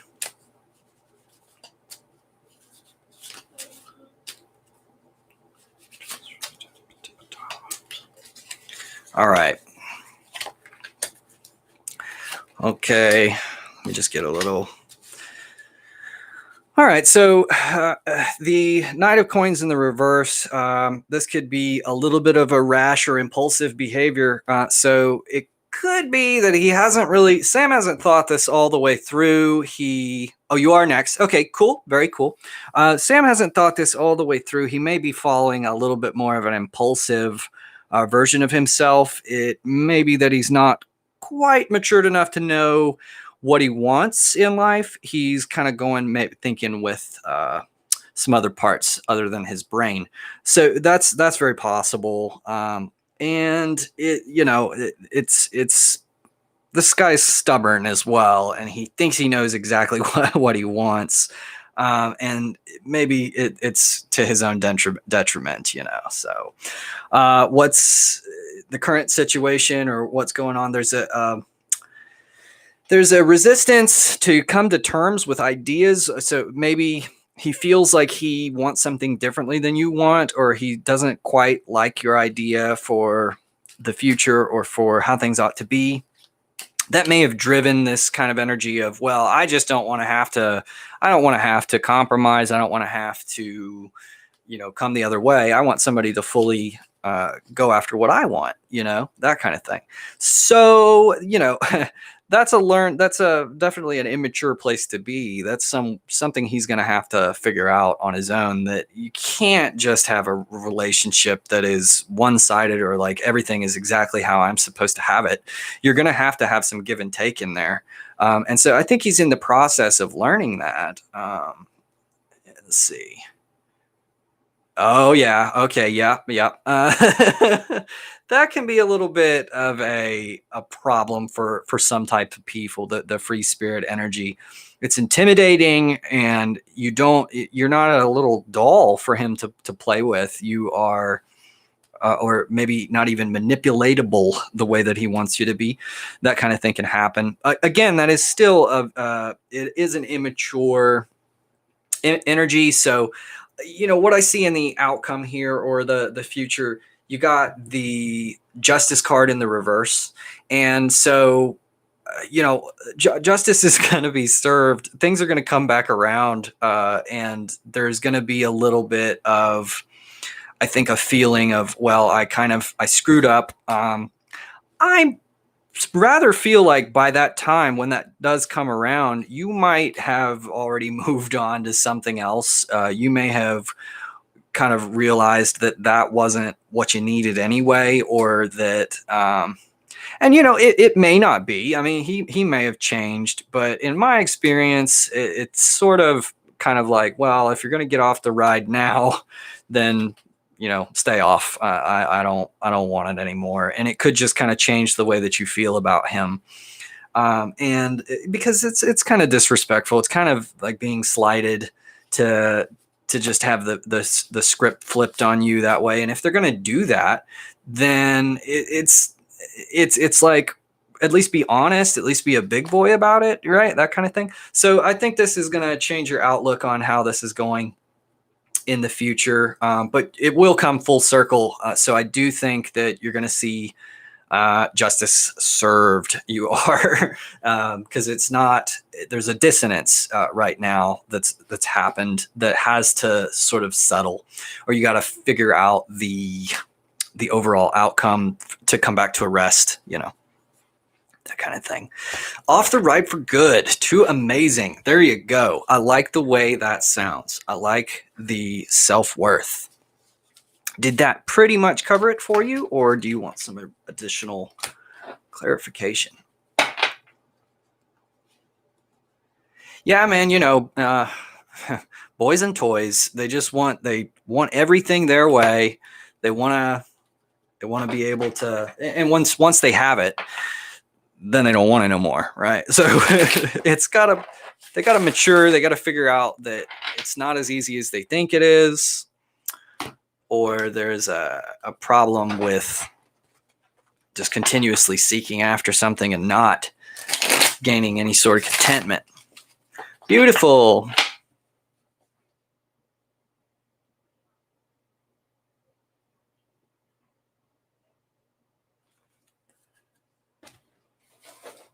That's right. And he's gotta grow up eventually. And it may just be that I don't know, maybe you were too good to him to where you weren't forcing him to grow up like that. You weren't forcing him to be a big boy. And anybody really, most guys would love that. They would love the opportunity to just be who they want to be. But if he doesn't appreciate that, then he needs to go figure out why he should,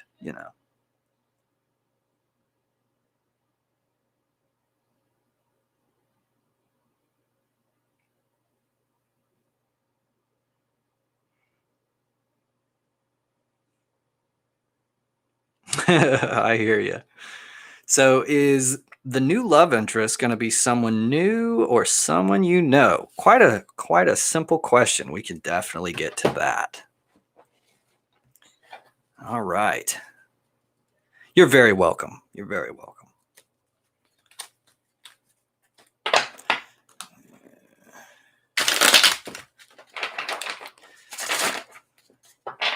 Angel, we do have a little bit of a list going on here for full Celtic spreads. I don't think I can take any more because I'm going to have to go eat some dinner.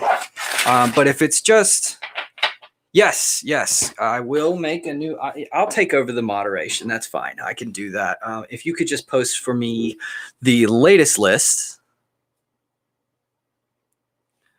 And yeah, I can take simple questions like that. Just kind of got too many to do all general readings. Woo! Another failure.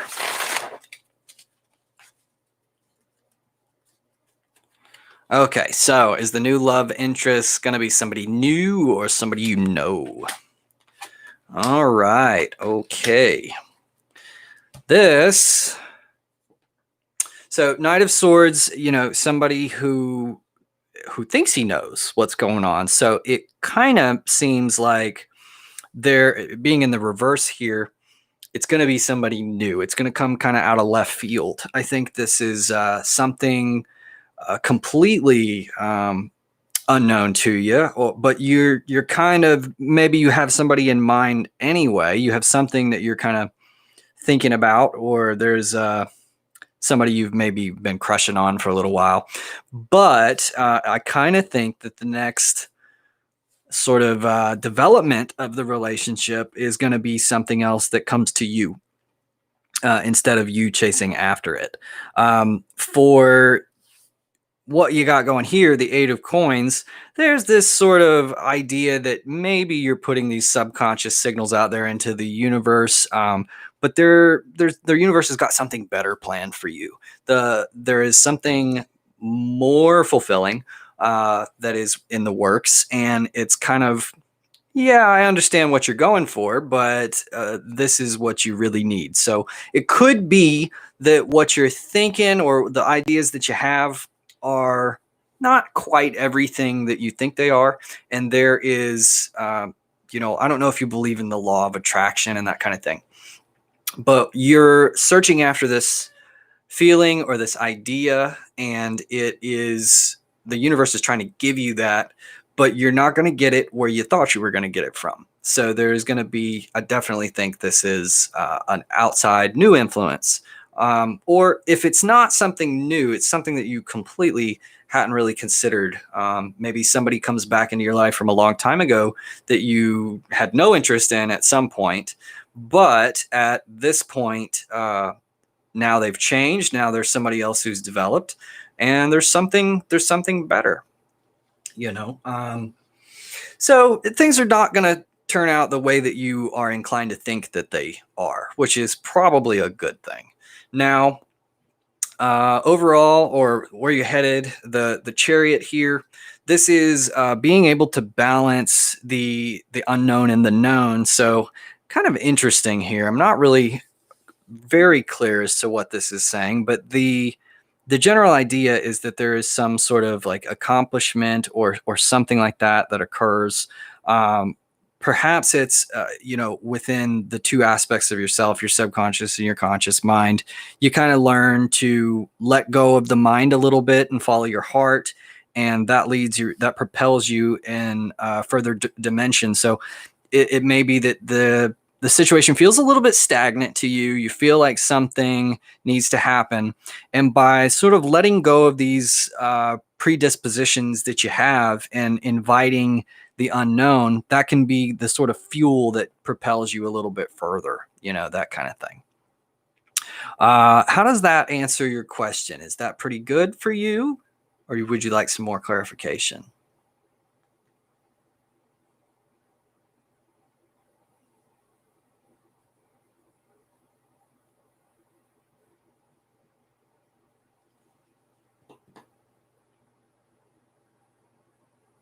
more clarification.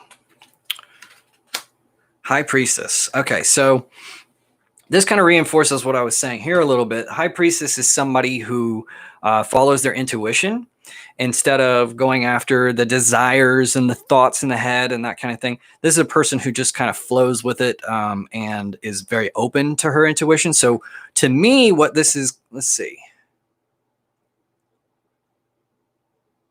Yeah. That's kind of how I feel about this.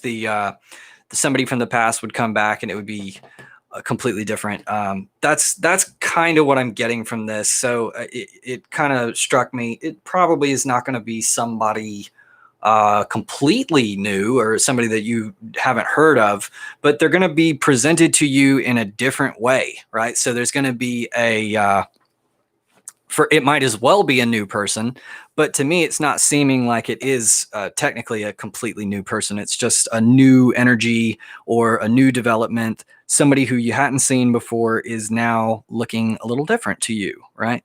So very interesting. I don't usually get things that are that specific, but that's kind of how it feels here. And the High Priestess means that the way I think that you're going to attract this energy into your life is by having this this serene, this confidence in your intuition and following your gut, in not being fooled by what people say or what people do, but kind of knowing what's best for yourself and following your intuition. That's what's going to attract this person into your life. They're going to see that and they're going to instantly know that you have what they want, you know? Yes, the list is closed for general readings, but you know, if you have just regular questions, I may be able to get those out. I just have to get some dinner at some point tonight, so the list that I have right now, Mr. Freddy has given me is this.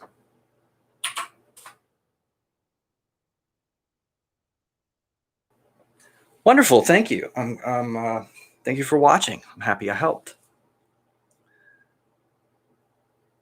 So, yep, Mary next, pile 1. So just real quick, because I don't remember what order I had them in when you saw them. Is this the pile 1 that you want?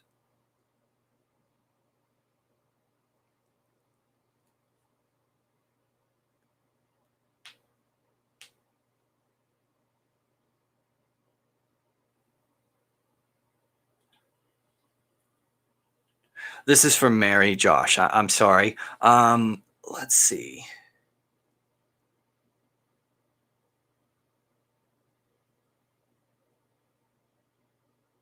Okay, this is the pile. And your question, Sean, why is he showing up in your dreams? Old boyfriend.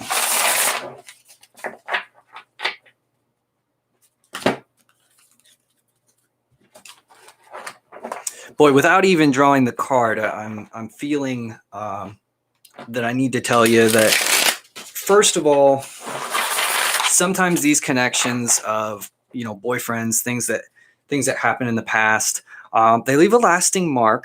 And a lot of times I've found that, because it's happened to me where randomly, in fact, people they'll say, wow, I feel like I hadn't thought about you in a while, and I decided to reach out, and like the timing is just perfect, right? To where I needed to hear from them. I needed something like that. And it's like you create these connections along your life, these energetic connections, and they have a way of lasting, right? Even when you don't, you know, they're feeling some particular intense kind of energy, and you just sort of feel some remnant of that, and that happens. So Queen of Pentacles in the reverse. This one is things not working out. You know, some decision was made for personal reasons. Could be you, it could be him. But some decisions were made, and things are not quite going perfectly or exactly as they were planned. And it kind of like the decisions were made in the dimension. You have, pentacles in both of these here. So the decisions were made for possibly for financial reasons, or because you didn't align in what you wanted with the external, with the house and the finances, that kind of thing. So that's in the past. That was the reason I think that this situation came to be. But what we have in the future is this lover's energy, which indicates that regardless of how things work out, now you're in a place where you kind of recognize that just having a connection to a person, having even like a soulmate type of energy is not enough to sustain a relationship. It has to have this element of choice. It has to have this element of even though things may not be easy or things may not be going the way that I want them to, I am going to choose to be this person who is, I think of it, man, life is hard. Life is tough. It's scary.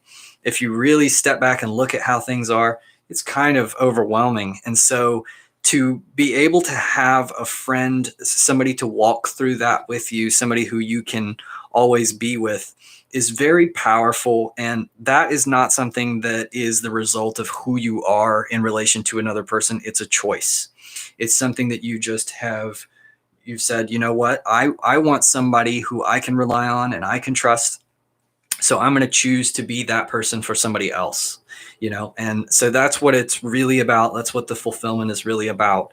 And it may be that your Sean is kind of feeling this a little bit harder than normal. And it's, in this card here, it's kind of interesting. There is a Merkaba, or a divine geometry symbol there that is commonly associated with hearing from spirit guides or past lives or connections and things like that. So it's kind of interesting that you would be getting a feeling of communication from somebody who is, kind of out of your life, or not immediately available. To me, it may be that there is some regrets or something that he's feeling, or maybe even that you're feeling too. But the focus is being drawn back to your choices about what is the purpose of the relationship. What are you trying to get out of it? And I think that it's asking you to kind of keep your eye on that prize, to keep your eye on the overall success that you've had as the result of your choices. So the future, the Nine of Pentacles here, Nine of Pentacles, that's a very successful type of energy. So what can happen is that if things are going well, if things are going the way that they're supposed to go, there's less of a tension or abrasive energy that's always on you to grind forward to get things moving. And so in the absence of that push force, what can happen is you can your mind can wander a little bit, and you can get a little daydreamy sometimes, or just, and it's not exclusive. It's not a negative energy by any means, because there's a lot of abundance and there's a lot of, it's relaxing. And so in that out breath, in that release of tension, there's an opportunity for some untied ends to kind of reemerge, or for some energies to make an appearance before you finally get to that 10 of Pentacles, which is the completion of that journey. So the last step really is to keep your eye on the prize, to keep moving forward, and not to get too sidetracked by the daydreamy type of thing. So I think what this overall is saying is that, you may be in a different place than Sean is as far as your life. But I think it's not your place to go through that situation with him. It is now to focus on this choice that you've made, and to really zero in on that. So that's kind of how I'm feeling about it. Does that pretty much answer your question?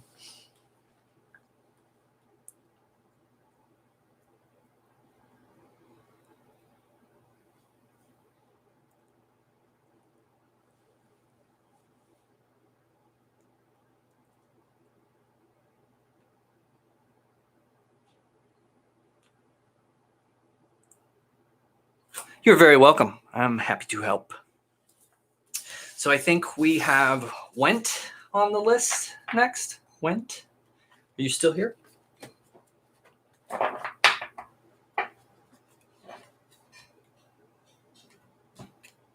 Hello, Destiny. I could probably take questions. I am running out of time to do full general readings, but I can probably take simple questions.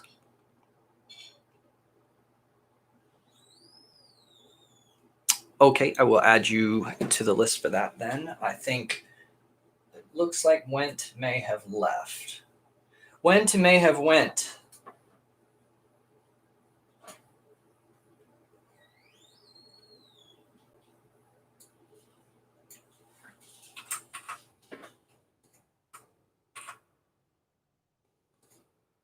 Okay, I don't see Went, so I may have to skip over. And let's add Destiny here.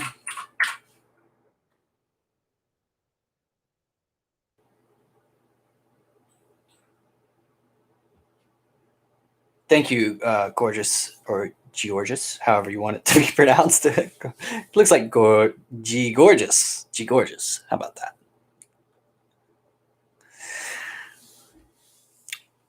So, okay, let's move on to Asan. Asan, are you still here?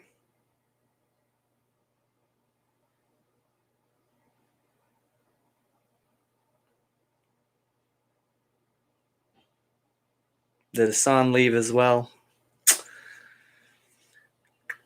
Ah, there you are.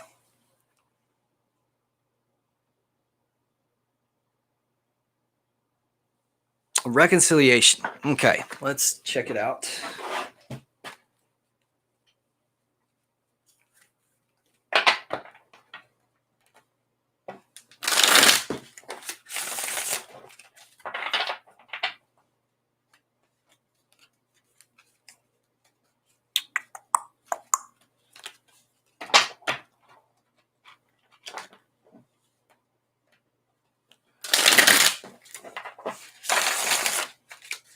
Thank you, everybody, for tuning in and watching. This has been a lot of fun.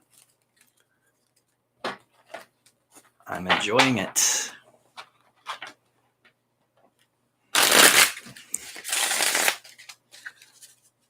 Okay, a reconciliation. How does he feel?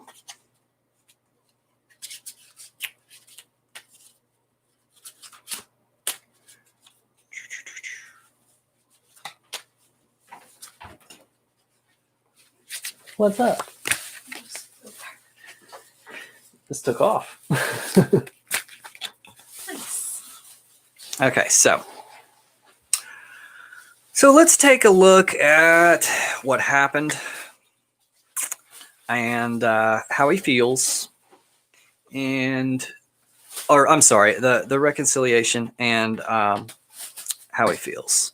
Okay. So what happened? We have the wheel. So there are some sort of natural cycles that occurred. There is some ebbs and flows.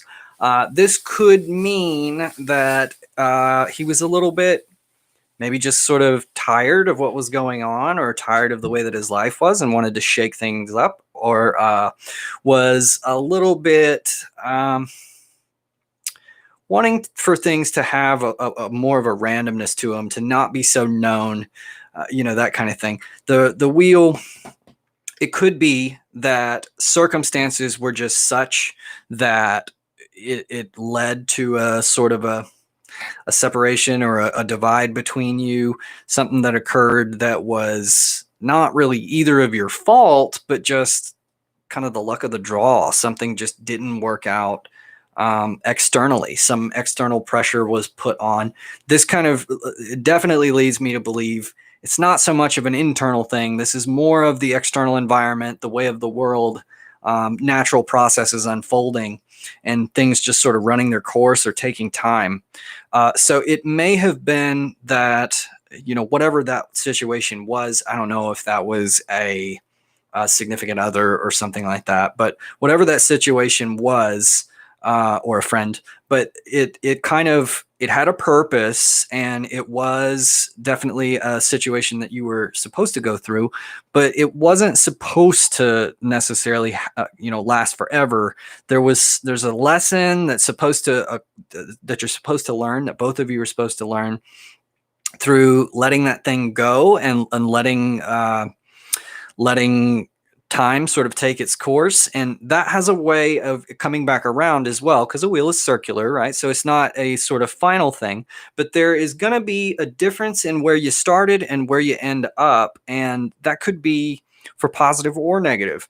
I do see a sort of, for the, will there be a reconciliation? There's this Ace of Cups, which represents a sort of new emotion. Now, I can't say for sure that that means a reconciliation, but it is, I'd say, positive in that direction. But if there is not a reconciliation directly between you two, there will be a reconciliation with how you're feeling toward each other. There will be a reconciliation with not having this feeling of dissonance, or with things didn't work out the way I wanted them to. There'll be a new way of feeling about this situation. And it very much could be a reconciliation. It points that direction. But I'm just trying to say that if it is not a reconciliation, literally, in the literal sense, it is definitely going to kind of come full circle, and you're going to feel a sense of peace about the situation. You will, both of you. And this is not just a one-sided thing. This is, I get how it turned out, and I'm okay with it. And it has this energy of, that's probably, something that happens literally between you two. But either way, it'll be okay. It will really be okay. There's not going to be this consistent heartbreak or longing, or feeling of, oh, if I could only go back to that place. In the long run, you're going to feel emotionally fulfilled, emotionally satisfied with what happened. Okay, so in the overall outcome, or let's see, you said, how does he feel?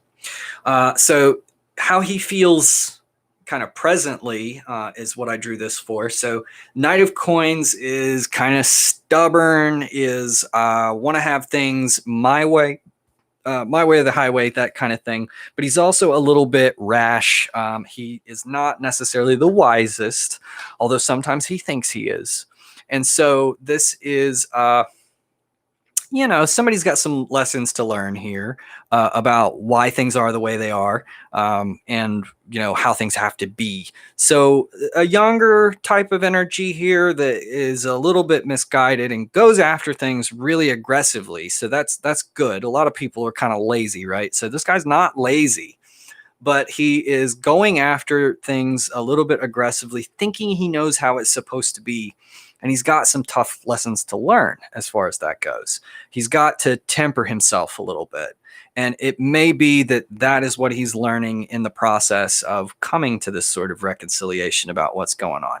It's about leaving that sort of maybe blame game behind, and figuring out exactly why things are the way they are, or why you acted the way you act, and that kind of thing.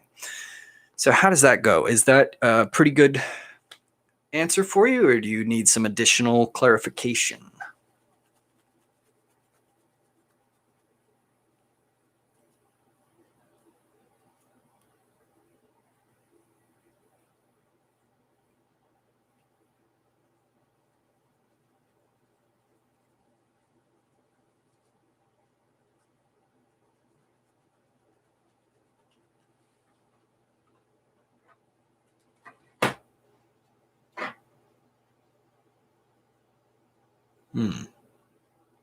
You still there?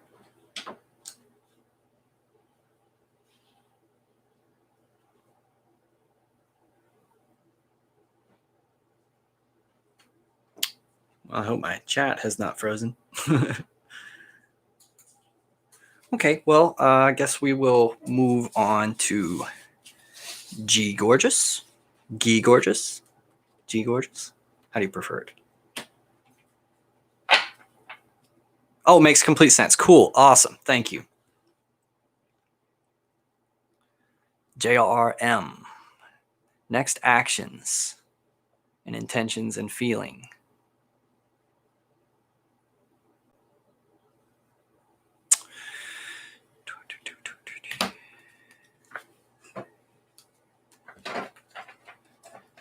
Is he mad about? Well, let's go ahead and answer that question real quick. I'll just do a quick. Right, the cards didn't want to be shuffled, so let's just go ahead and do a little bit of this real quick.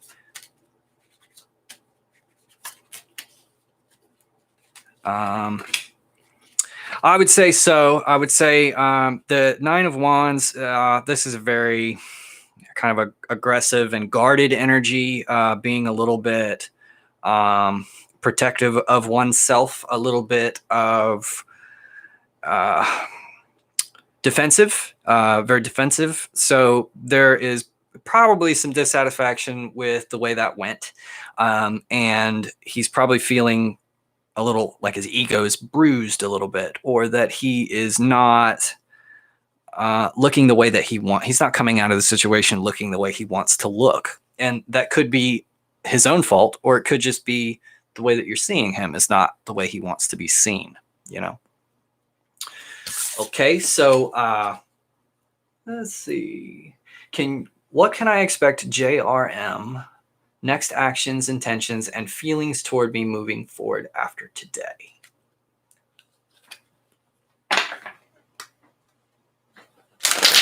So let's go ahead and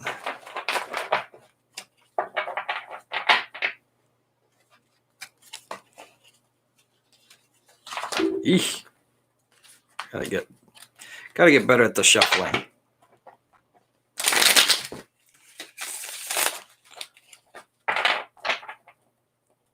All right, so let's go ahead and do your questions here.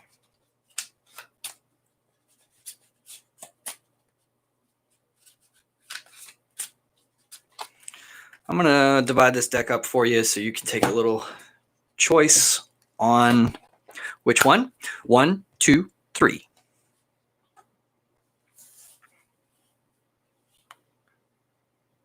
Number 3. Okay, put that one on top. So, what can you expect for the next actions? 5 of coins. His intentions. All right. And feelings towards you moving forward. All right. So,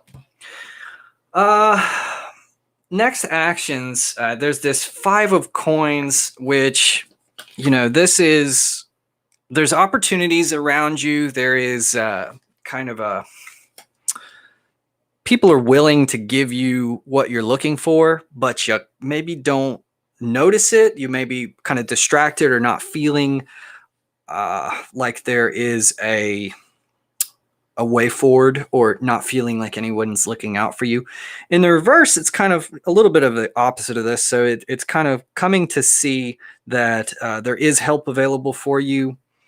So it could be that they have been a little withdrawn or something, and they are kind of warming up to the idea of what you have to offer, or this, let's say this, this person's a little guarded or damaged, and they're sort of coming out of that, but they need time. They need to, I don't want to say coddled. You don't want to coddle people, right? But you want to be patient with them, because this isn't just a head game. This is kind of more of, there is some things that they're working through, some things that are bugging them, or that they're growing out of, that they're healing from. So there's just a need, I think, for you to be a little bit patient. The intentions towards you here, this is good stuff. This is a sort of, there's a daydreaminess here, that there is something good happening, or they want something good to happen, but they're maybe a little bit frozen or a little bit stuck in their mind. There's a little bit of a kind of a sitting back and not acting, letting things unfold, but just kind of being hypnotized a little bit, almost is how it feels, where maybe there's it's kind of like, and I said in an earlier reading, when you get to this 9 here, it's like you're almost all the way there, and you're kind of just sitting around and waiting for things to happen, or waiting to finally get to that victory point. But there's this moment here where You can get a little bit dreamy and a little bit distracted, and kind of fall back a little bit. So you have to learn how to keep pushing forward and to get to that place of the 10, that complete emotional fulfillment and whatnot. So they're working on it. They are working on it, but there is just it's hard for them. This is not totally easy. It might be easy for you, but it's a little bit harder for them. Now, what we have for the feelings towards you moving forward after today, it seems like there's planning here. There is they feel like there's a future. They feel like there is like good could come of this situation, and there is, let's see, spiritual.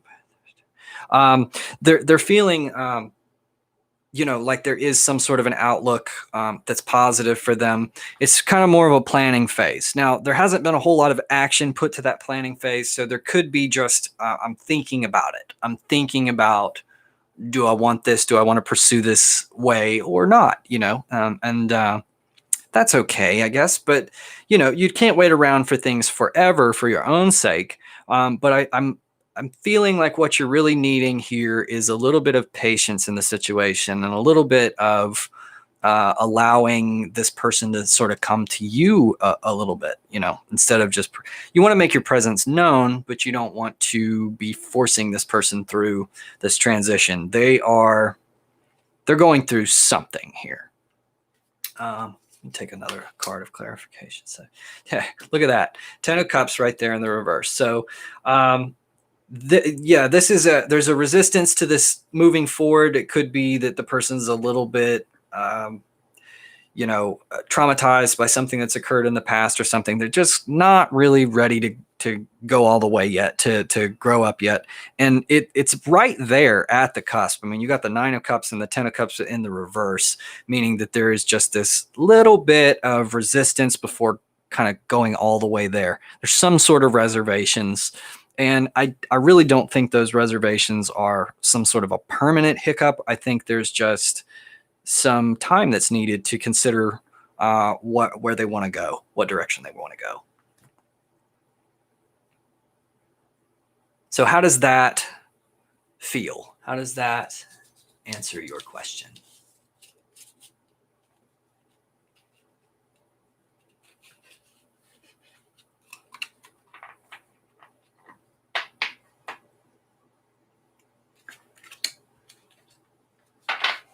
I feel like my resonate 100%. Great. Awesome.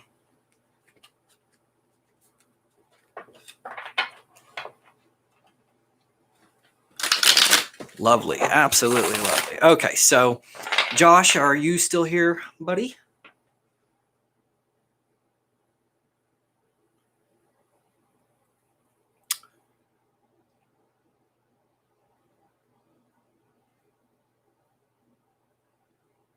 Okay, so you've got, where will you be when you're 30? And will you be in a care home? Will you be safe? Or, I guess, have a very bad time? What will happen to me 5 years, or what happened to you 5 years ago? Okay, I gotcha. So, Brianna, bear with me just a minute. There's a couple of people that are ahead, but I will try to get to those questions. I can do these smaller questions. Just can't do more general readings at this time. But okay, let's go ahead and draw for Josh here.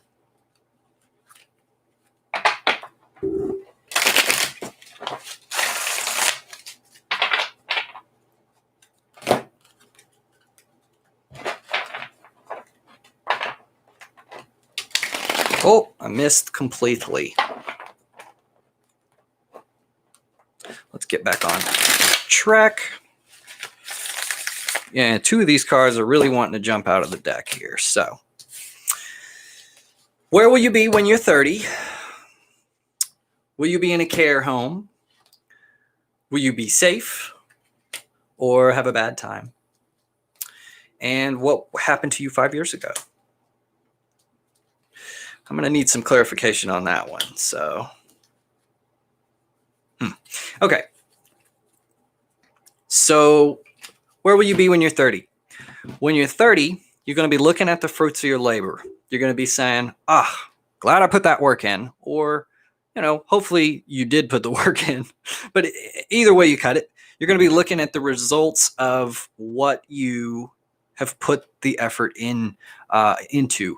And so it's not going to be quite harvest time. You're not going to, so maybe you're looking at a nice, healthy 401k. You're looking at a nice savings account, but you're going to be sitting there and just admiring that the work that you put in is paying off.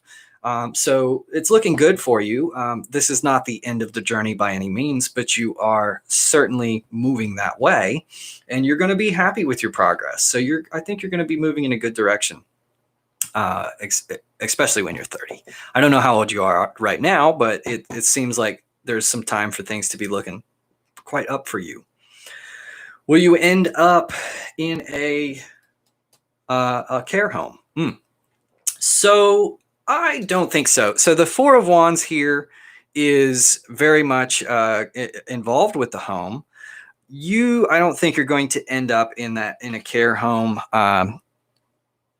It can be not so much a happy home.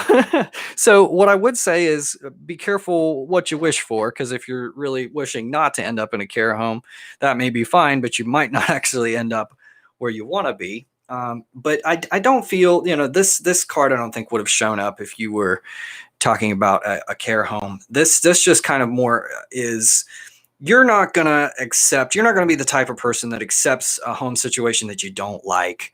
You will be where you want to be as far as your home life goes. You're going to have some say in this process, and you're going to be able to create the home that you want. You're not going to be going for the home you don't want. You're going to be going for a home that you actually do want. You're going to make your own home. And that's great. That's the best way to be. Things happen, and sometimes people end up in a situation where they can't take care of themselves. I don't see that happening for you. I see you're guided by wanting this happy home energy, and you are going to seek after that, and you're going to probably have a good luck at achieving that. Because what we see here with, will you be safe or very bad? So what I'm seeing here is, this isn't so much of a situation of a bad thing or a good thing might happen to you. The ball is a little bit more in your court. So what this is saying is, if you kind of work diligently and put the effort into securing the future that you want, you're going to be able to get that. You're going to have the ability to achieve this happy home and the security, the sense of security. It's, things like having the money for insurance and that type of thing will go a long way to ensuring that you have, no pun intended, but ensuring that you have the outcome that you want.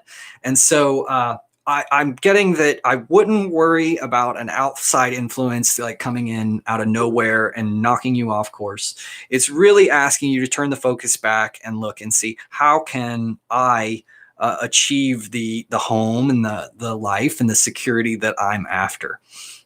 So it's not telling you to be on the lookout for some disaster to knock you off course. Now, the last question: what happened to you 5 years ago? So I drew the Two of Wands here. Two of Wands is kind of interest, or to me, it didn't seem sort of applicable to your question at first, where it's very involved with planning and getting things thought out ahead of time, that kind of thing. But I think it makes a little more sense after this Five of Coins in the reverse came up. So this is coming out of a spot of not feeling like there's help around you, not feeling like there is this kindness, or like you're down and out. You have some problems, and this is coming out of that energy and recognizing that there is some help to be had, that there is someone around you who cares about you and is looking out for you. And so I think that what was occurring 5 years ago was you had plans for things to go a certain way. You wanted things to maybe go the way that you wanted, right? And they didn't quite happen that way, but you were being taught to rely on others a little bit more, to trust in others. You can't do it alone. You have to have some help. You know, who is your angel? Now that's a very specific question, but let's see if we can get a little clarity on your angel. Six of Cups. Let me draw one more here. Oh, okay. So we got 2 sixes here. Both of these are, it's kind of this this transitional energy, this moving from one state in your life to the other. I'm gonna go with Azazel, the angel of death. She's my angel too. So or he. I guess they're really asexual, but anyway, I think of it as a her. But anyway, it's this idea of transition, of where you're going to get the most satisfaction out of life, and what your life path is based on is letting go of the past, letting go of an idea, and moving on to something that the universe has in store for you. And this is kind of what your angel is here to teach you. What your soul is moving toward is this this idea of letting go of these ideas that you had in the past, and being open to something new, and recognizing that it's always working out in your benefit. There's nothing to be afraid of. And it's a kind of a scary ride sometimes. I can really tell you it has been in my case, but on the other side of that, you end up with this serenity, with this unshakable faith and feeling that everything is going to be okay, and there's no way for it not to be, because you start to learn that what seems like all these outside disjointed situations are really something that is springing forth from within you, and it's all to sort of teach you. It's all to move you along this path. It's all for your benefit. I don't want to freak you out too much, but one of the ideas I had at one point in my life that kind of stuck with me is, oh my God, what if I'm in like a simulator? What if all of the life that I experience is just, I'm in some alien civilization. They've got my brain plugged up to some simulator, and I can only get out when I've learned enough that I can actually be among polite alien civilization. So that was the kind of way that I thought about it. Your uncle okay in heaven? Yes, I can, without even drawing a card, I can tell you that. And it's a you got to step back and realize that, in my point of view anyway, we really are. I don't think of heaven and hell as so much this place that you go after you die. It's just the energy that you bring with you into this process of transforming from this individuality back into this totality. And yes, they're all okay in the afterlife, in heaven. They absolutely are. It's just really more of, how is life going on the way to get there, that you really want to worry more about, at least in my personal belief system. We all have different belief systems, and that's okay. So let's see what we had next. I hope that answered your question. Will you be on medicine for life? I think that's another, I went through a situation where medication was forced on me, and I really disliked it, and I got off of all medication. And for me, there was an additional little piece of the puzzle that had to be solved.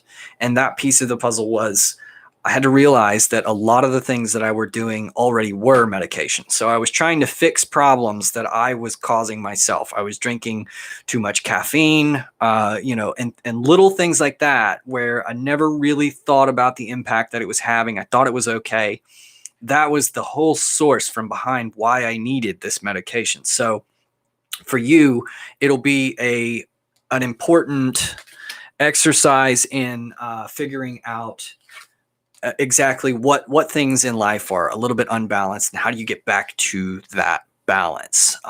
And I think you have to take it slow. You have to be careful because medications can be powerful and you don't want to just, quit things cold turkey. That can be dangerous.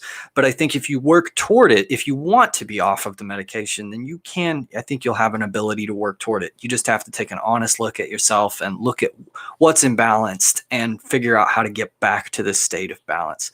A lot of meditation will be required for that, a lot of looking inward and thinking about, where is your life out of balance? So let's see. Next on the list, we had White. I guess that's Haley White. This is what I have.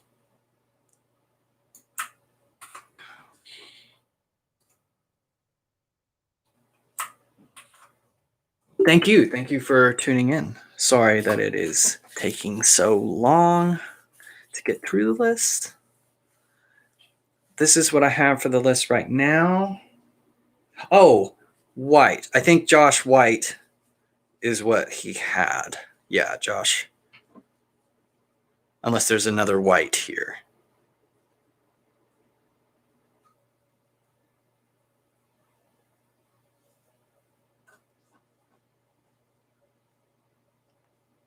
No one.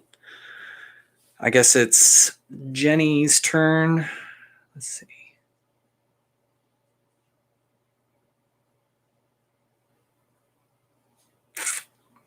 Okay, Jenny. We'll go for that.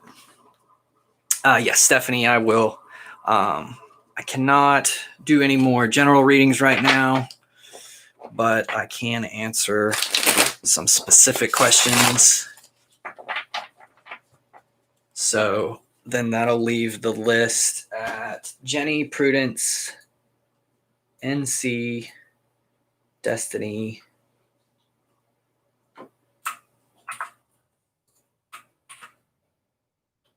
and then Stephanie. I'm going to put Steph. Oops, not Steph. Steph. Okay. White's being passed up. I think that was Josh White, though, that he had. Okay, so Jenny's husband's about to live in Philadelphia to be reunited with his family and find work there. Having second thoughts. What's best? So, let me break this up into piles. I think this one needs a little bit of your input. So, yes, as long as they are small or questions instead of a full general reading, I will add you guys. So we'll do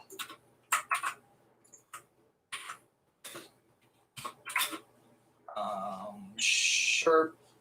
Let's see. Andre actually asked first, so let me put him on the list. He asked a little bit further back. Oh, Brianna, where did I thought I put Brianna on the list. I'm sorry, Steph. I'm not skipping you, but I meant to put Brianna on, and I forgot to. So let me put her before you real quick. So Brianna, Steph, or Andre, and then Sherpa. Trying to get to people in the order that they asked. Okay. And I put White on there again for some reason. So, Jenny, did you pick a deck, number 1, 2, or 3?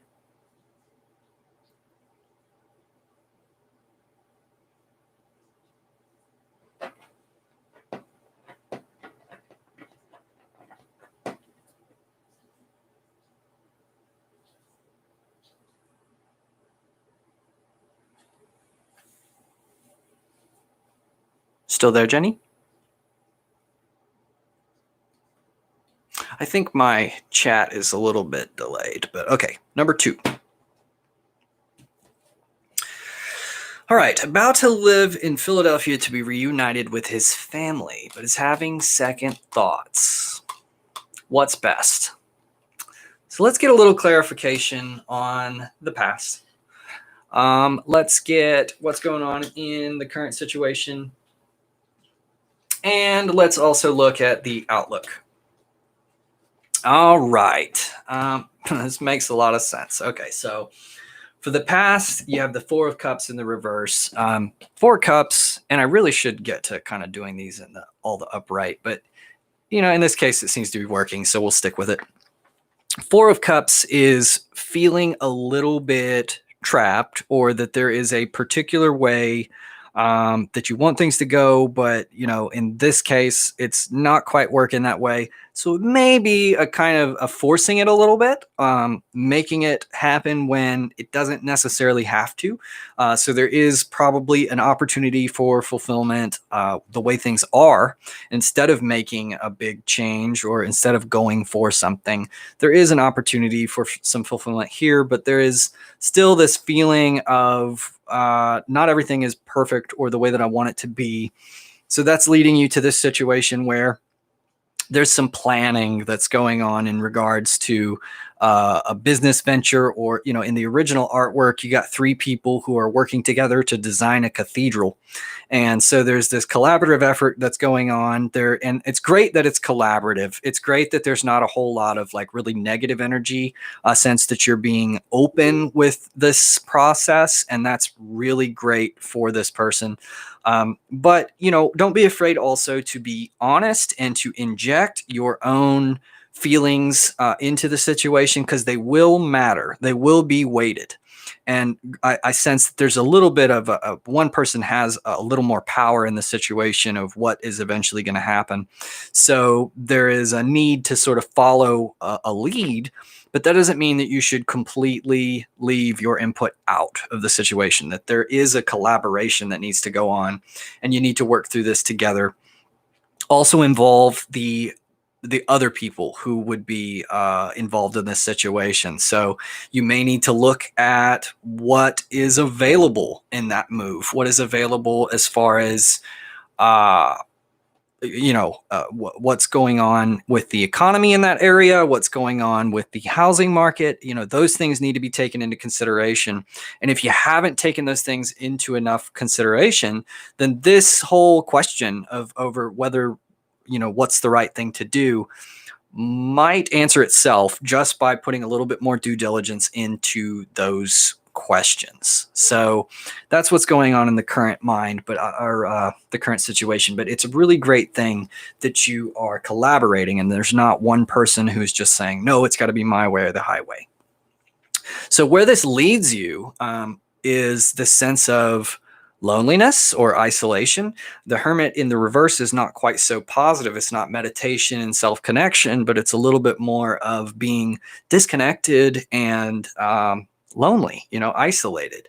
So this switch comes with a lot of severing of connections that were there, a lot of more isolation. So you really have to ask yourself before you kind of go down this path, is that going to be worth it? Is that going to be worth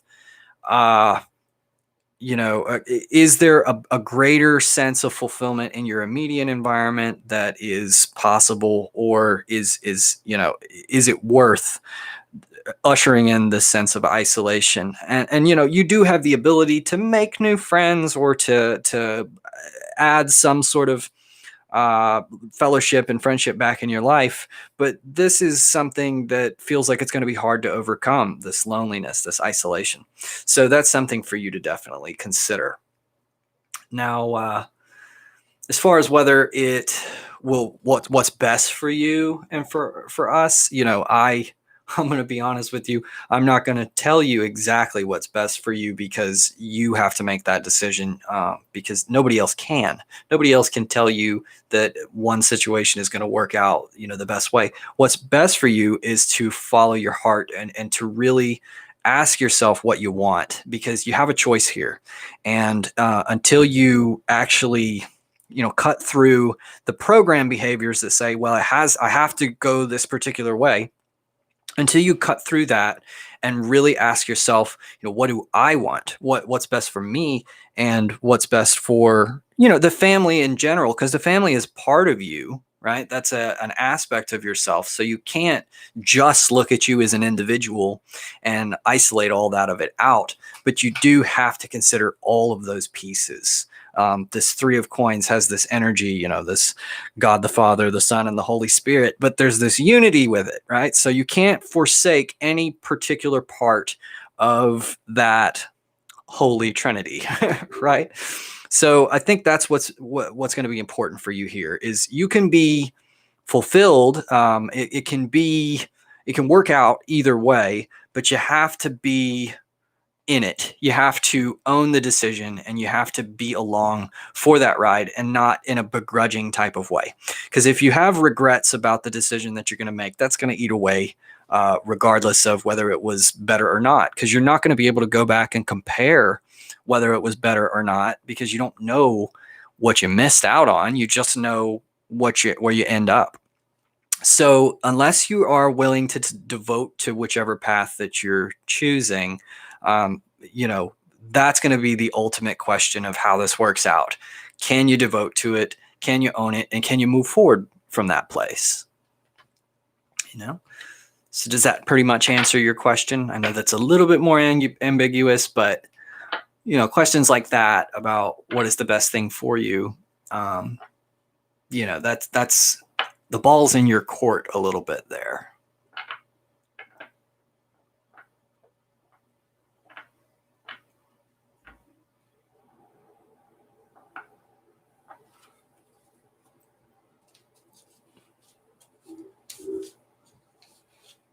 And it also means, there's going to be pros and cons. Here's a difficult transition.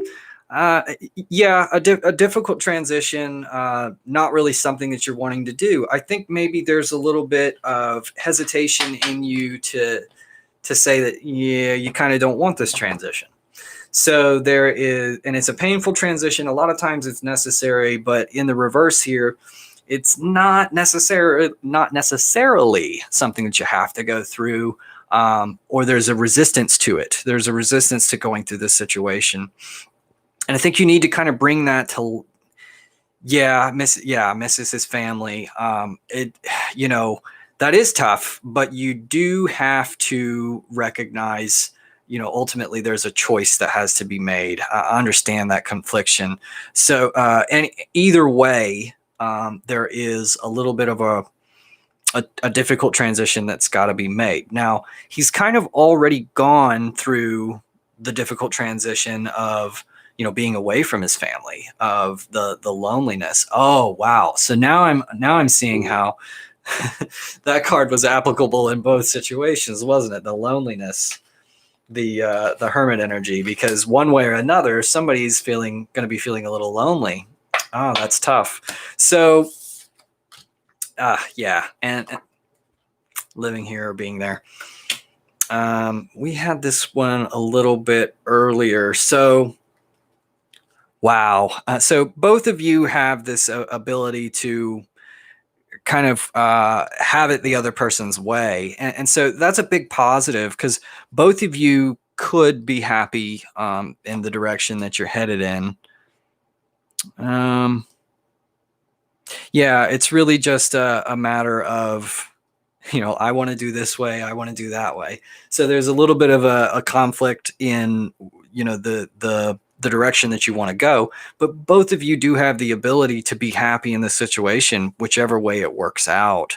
And I wish I could get a little bit more clarity on the best path for you to take here, but it's really just kind of, I think it's asking to focus more on the fact that this is a period of growth where you are being asked to sort of rise above the feeling that there is one particular way, and that you have a choice, and you can be happy, you can be fulfilled in both situations, but you're going to have to eventually come to grips with the fact that you're going to have to own whichever choice that you make. Now, the world here is suggesting that things are kind of complete the way they are.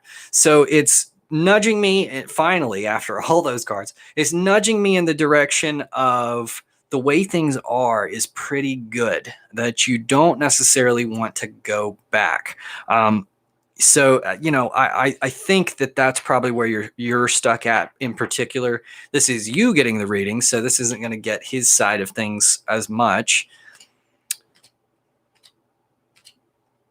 Yeah, I definitely can see that. And I think that, being married, it, in my outlook, it's his responsibility to be your husband now and to kind of go where you need him to be. Not everybody looks at it that way, though. And if you're not one who looks at it that way, if you're willing to compromise with him, I don't want to tell you that you shouldn't, because it's a beautiful thing, I think, to be that way.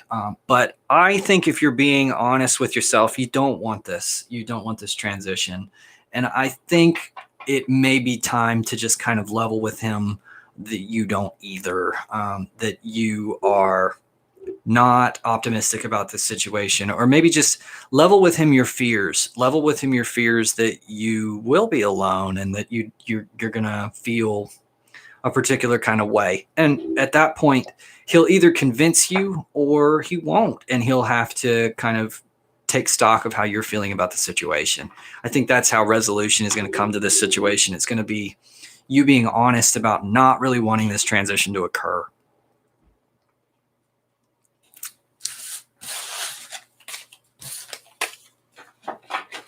Does that somewhat answer your question?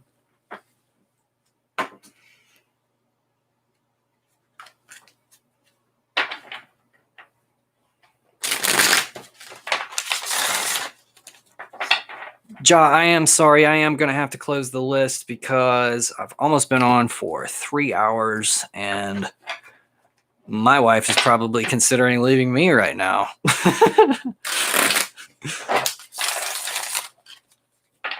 But do come back. This was more successful than I thought it would be, and I will definitely be doing this again. I also have a channel with some readings that I have pre-recorded. You can probably get a lot of help out of that. So I am going to have to probably cut the list off for right now. But again, stay on the lookout. I'll be back. So next on the list here is Prudence. Are you here, Prudence? Most likely on the weekends. I have a little bit more time on the weekends, but most of my free time during the weekdays is earlier. When are you going to get your card? Hey, I feel that myself. Pile 2. So, okay, when you say pile 2, let me just go ahead and line these up. Is this the pile 2 you mean?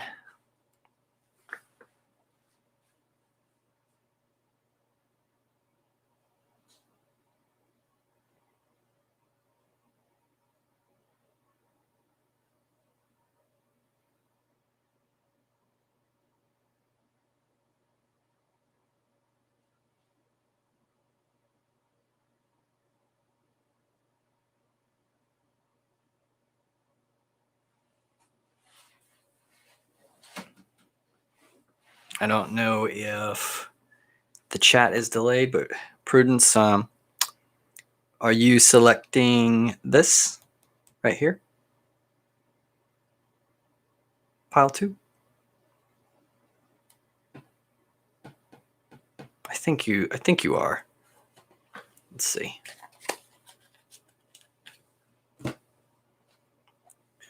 Well, if not, just stop me. Okay.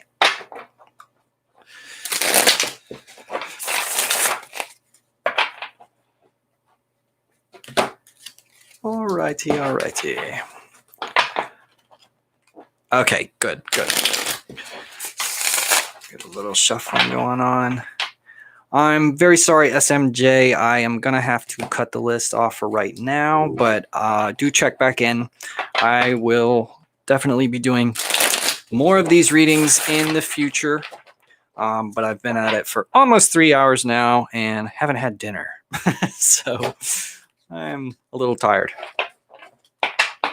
So I've had to cut it off, but there will be more in the future. All right. Why does he see you as a friend with benefits, but not his lover? Okay. So in the situation in the past here, there was a loss in the faith of institutions. So it could be that this person is a little bit, more interested in what does a relationship give in the immediate present, but not really thinking about the long term.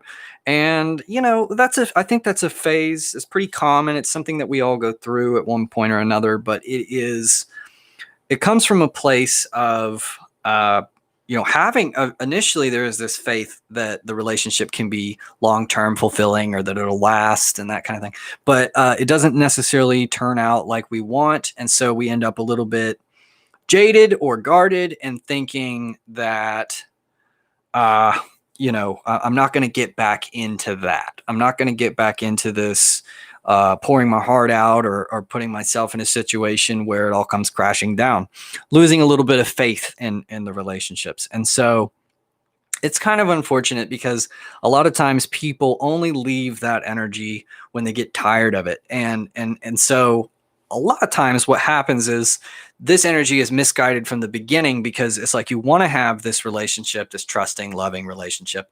But what happens is you seek after somebody who's not necessarily looking for the same thing as you.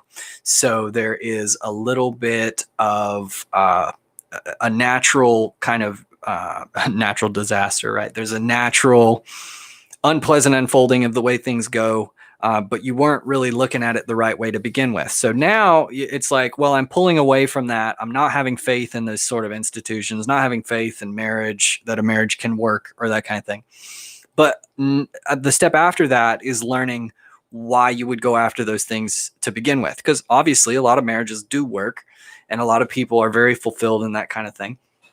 So you're not going to endlessly go away from this energy. You're going to eventually learn the lesson of what is it about a commitment that is a pleasant thing, that is a good thing. And right now, I guess there's probably not a whole lot of need for that. Your 4 of coins here. This is generally need to save, to conserve money, to be very, or to cling to money, right? But this is in the reverse. So money is not a huge factor here, or not a huge concern.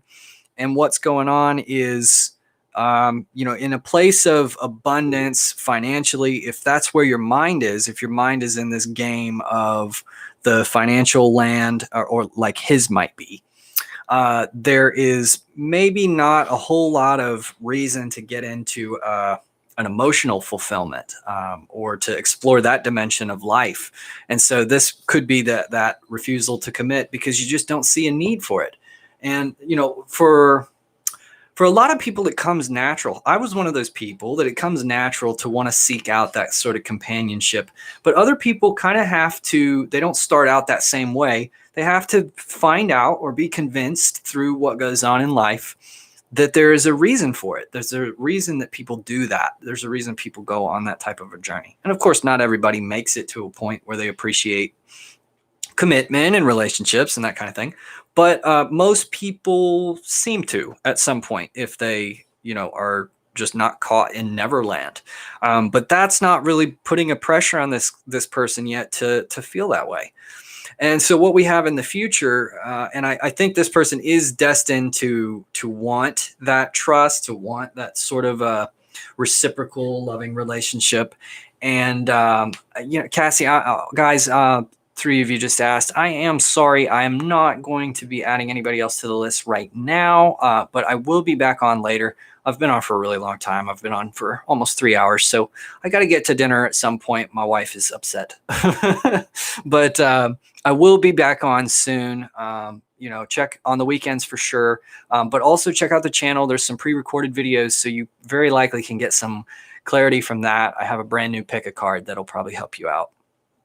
So the Nine of Swords, this is what's going to lead kind of back to this circle. What has to happen is everything can be right? Everything, you can have all of the financial success in the world, but that won't really help in the long run to give you an overall sense of satisfaction or fulfillment out of life. It won't fill the hole, So what happens is eventually you start to find this hole. You start to find that as much as you throw things down that hole, it never fills up. And this can lead to this sense of anxiety of something is wrong, something has to change, something has to happen, or it's just not okay. And you lie awake at night and that type of thing. So when that anxiety starts to set in, you start then seeking that fulfillment from a relationship or from a partnership with another person. And that's sort of what leads you to understand the importance of it. There's this idea relationships are romanticized as being just something that two people don't even have a choice about. They couldn't do anything but be together, right? That's just how they feel about each other. And I guess that sort of thing exists, but I don't see it very often. In the most matured and successful relationships that I see, there's definitely this reciprocal energy. Both people are getting something out of the relationship. It's kind of like the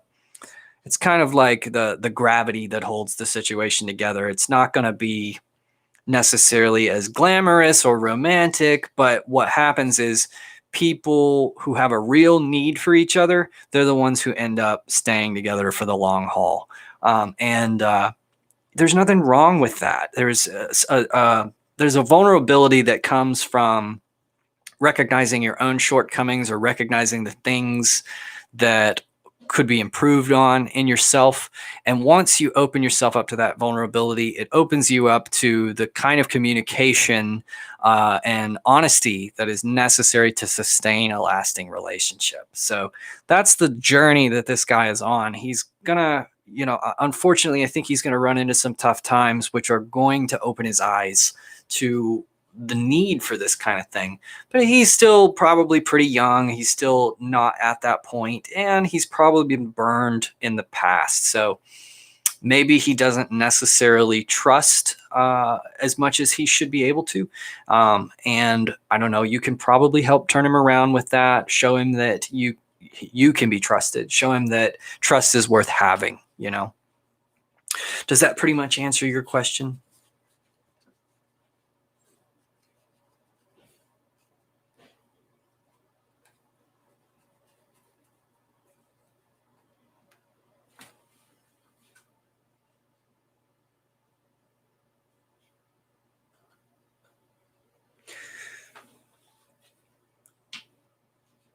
Next up, I had NC. I'm not sure who NC is. I didn't see that one. Let me see. NC. Should you continue hanging out? Okay, let me real quick. So the Fool in the reverse. The Fool kind of goes with it. So I got you. NC, I will be right back with you. Let me just give a little bit of clarification here. The Fool kind of goes with it and allows what happens to happen. I'm getting the feeling that it's okay for you to do that, but I would be cautious.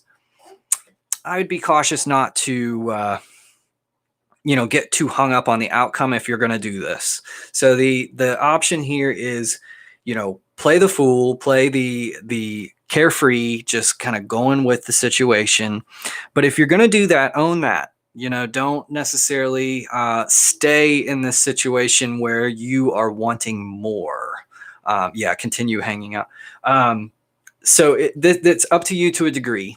If you're going to be upset by him not propelling forward into this more matured form of a relationship, then I would suggest that you don't. And it's a kind of a double-edged sword, because on the one hand, that might end things with you.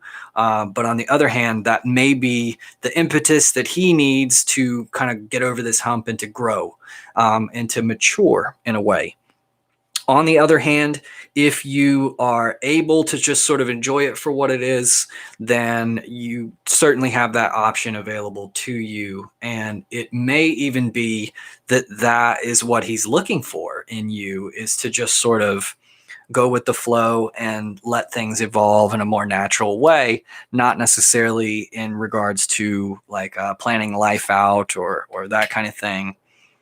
On the other hand, I'm seeing right here, there's this Seven of Cups energy, which is a little bit more of having lots of options available to you, but none of them are really in your best interest. So it kind of seems to me like he wants to keep his options open. He wants to see what comes along. And he doesn't really get yet that none of these things are really working in his benefit, that he needs to appreciate what's actually best for him. So it really is kind of, to me, seeming like there's a little bit of an immature energy going on here, and that he's going to need to grow up before he would really be the person you want him to be anyway. Sherpa, I missed you from the list, Sherpa. Let me see. Oh, I got you, Sherpa. I have you. You are right after Andre. So let me go ahead and update where I am. I have 4 people left, and then I will have to Destiny I had next.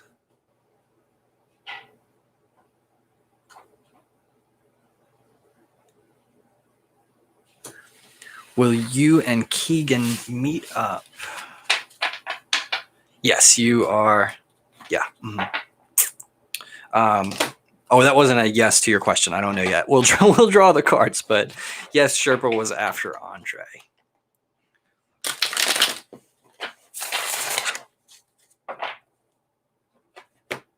Sorry, don't mean to get your hopes up there. We'll see. We'll see what the cards say.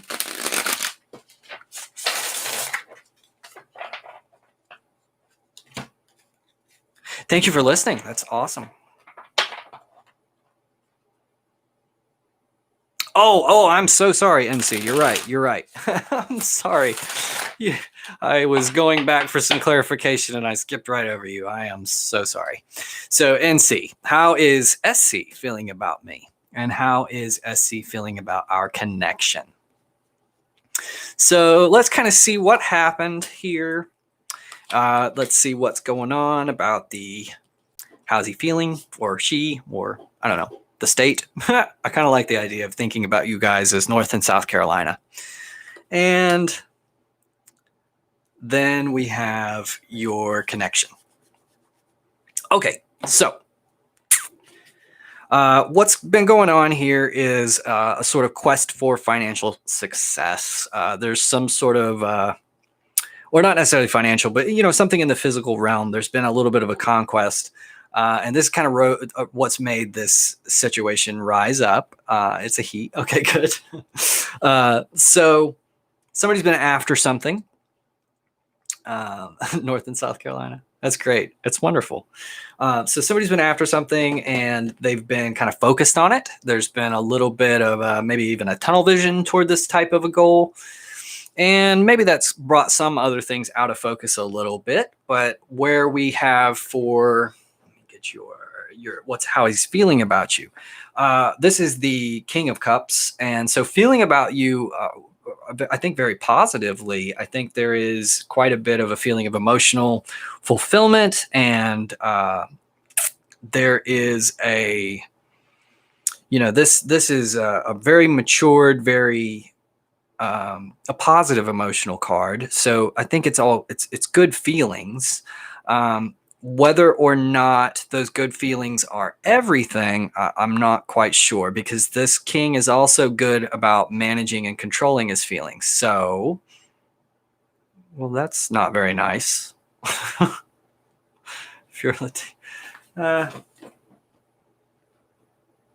Okay, we're gonna block this person.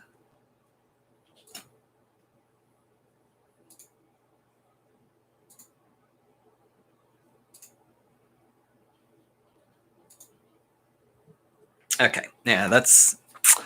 we're not going to do that. Anyway, sorry about that. Okay. So yeah, not expressing his feelings. So very in control of his emotions, his emotional state, manages them quite well.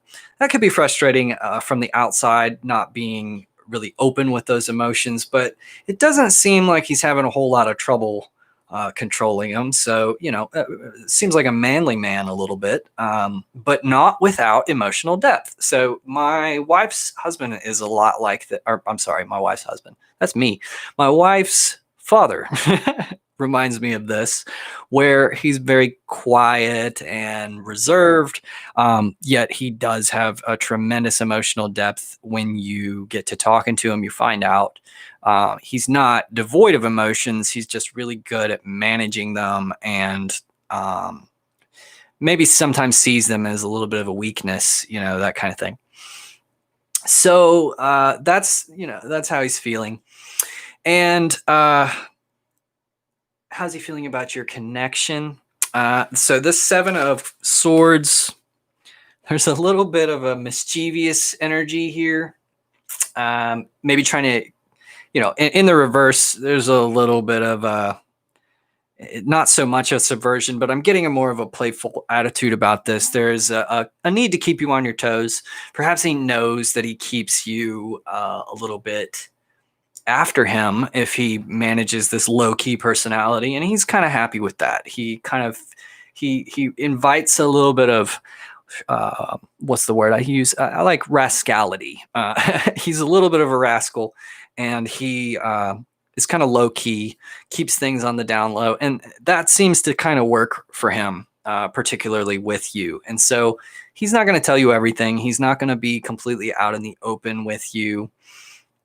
But I think he feels there's a little bit of this energy about like needing to get away with something. So there may be something a little bit hidden from you.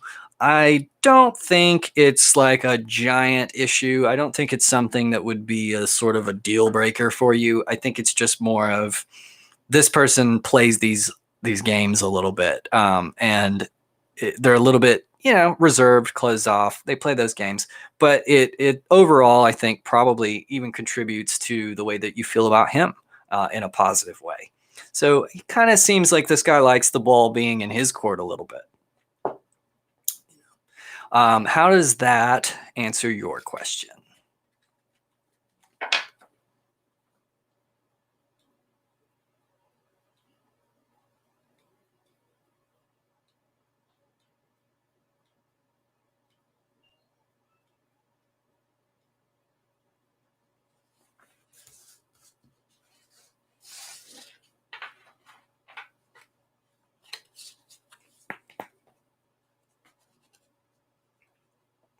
Yes, you are next, Destiny. I am sorry I told you you were next, but I forgot. Oh, I see. Sagittarius. So yeah, he likes to see you flail around a little bit while he kind of has the situation under control. He likes that. It kind of is refreshing to him. It's a good energy. It's something that he can watch you get all worked up forever. He really can.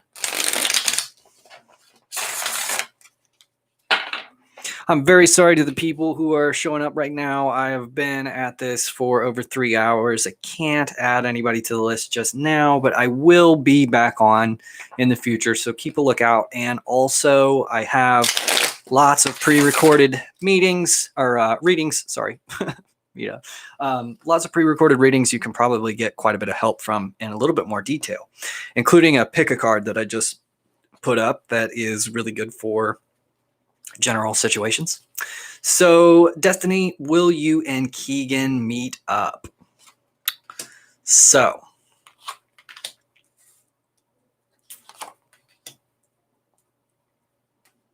all right.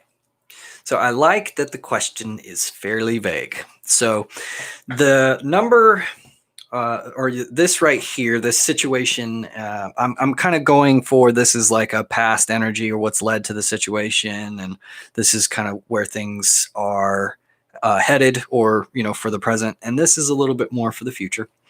So 7, there was a lot of options available, again, that are not necessarily serving. This is like a lot of people whispering in the ear with temptations and that kind of thing. So it may be that this person is kind of off on that journey of trying to figure out what is what's going to be best for him. But it's a little bit of a thank you to NC for listening.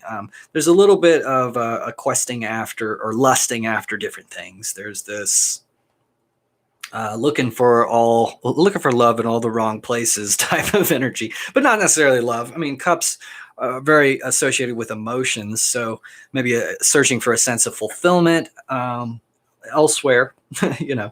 But what we have here, present situation, this is a sort of collaborative effort. This is a meeting of minds. So to me, the fact that your question specifically had the word meet in it, this to me feels very much like a meeting. So I got to say that the answer is yes, that there will be a meetup, right? There will be a sort of coming together. And that couldn't really, I can't think of a card really that has more of a direct meeting energy with it. So yeah, I think you will meet up. And what we have for the eventual outcome, there's this sort of getting out of there, just leaving leaving it all behind, or becoming a little bit withdrawn.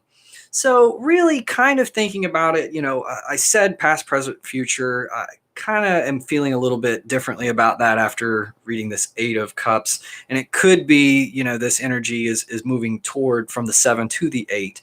But really, I think maybe this person is just withdrawing, is just kind of like leaving it all behind, just chilling, just kind of feeling like overwhelmed by a lot of things and just kind of needs some alone time.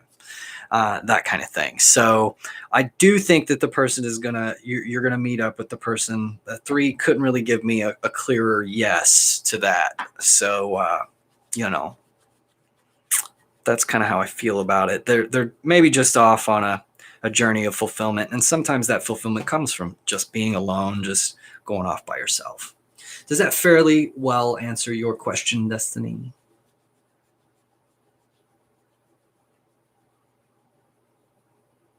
Great. So we're getting there. Brianna, or Brianna, however you prefer. Sorry for the long wait. I wouldn't have started with those general readings if I'd have known so many people would be interested.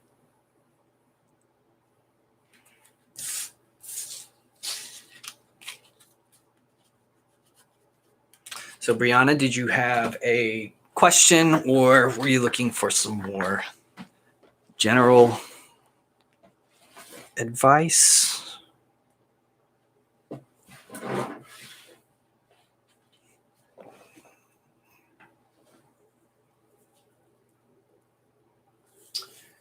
I did have to close the list for now. I am sorry, but I will be back.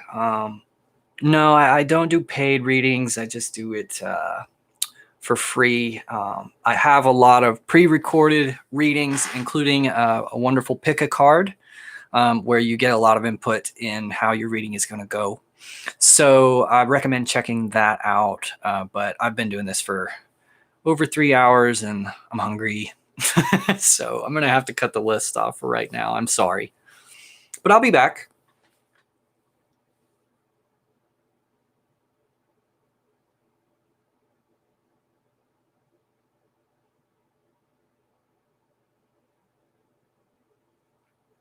So Brianna, did you have a specific?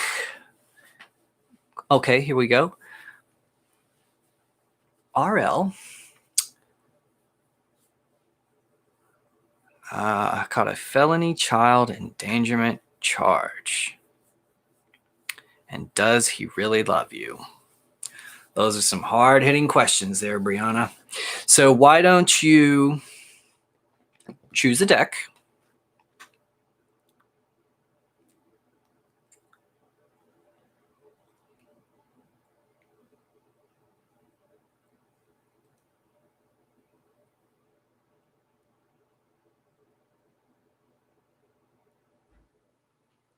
Ah.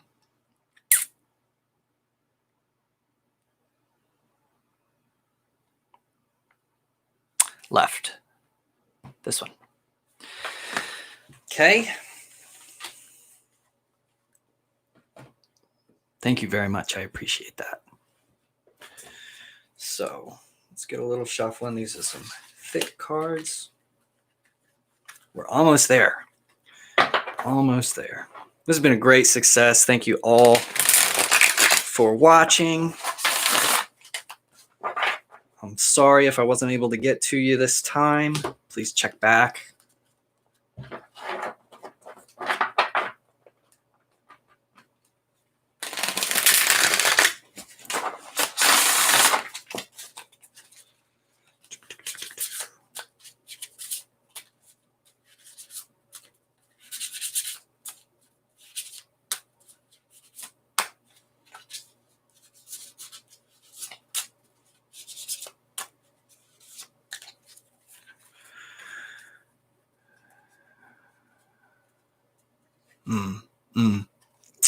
Yeah. Okay.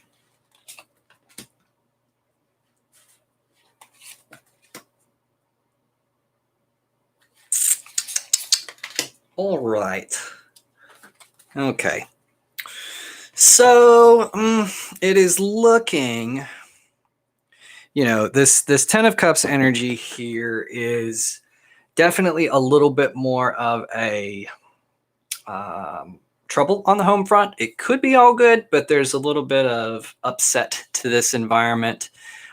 There is, some thing that's in the way, some obstacle, some final thing that is blocking out this happy home mentality. It does, I hate to say that he's going to jail. I hate to say that, but it does seem that if he doesn't, there is at least going to be some repercussions from this event that have gone on. The Chariot in the reverse, this is a sense of completion or of victory. So this is, a little bit on the other side of that. It is, let's see, will you get your time?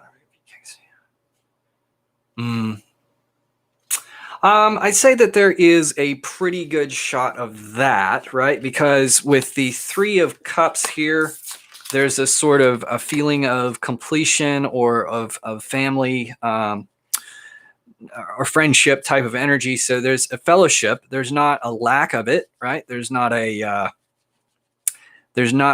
permanent type of a separation. With this Chariot in the reverse, it's like things are kind of going out of control a little bit and possibly in a chaotic or out of control situation, rather than a success. This is kind of a loss, or not a loss in like losing something, but like losing a game, we'll put it that way. So a little bit of a failure. So that could mean that the situation, the CPS and things like that, it might not work out very well initially, but in the long term, it'll be okay. So if you're separated, it will be, you'll be reunited fairly quickly. Keep your head up. Will the ex go to jail too? Let's see what's going on there.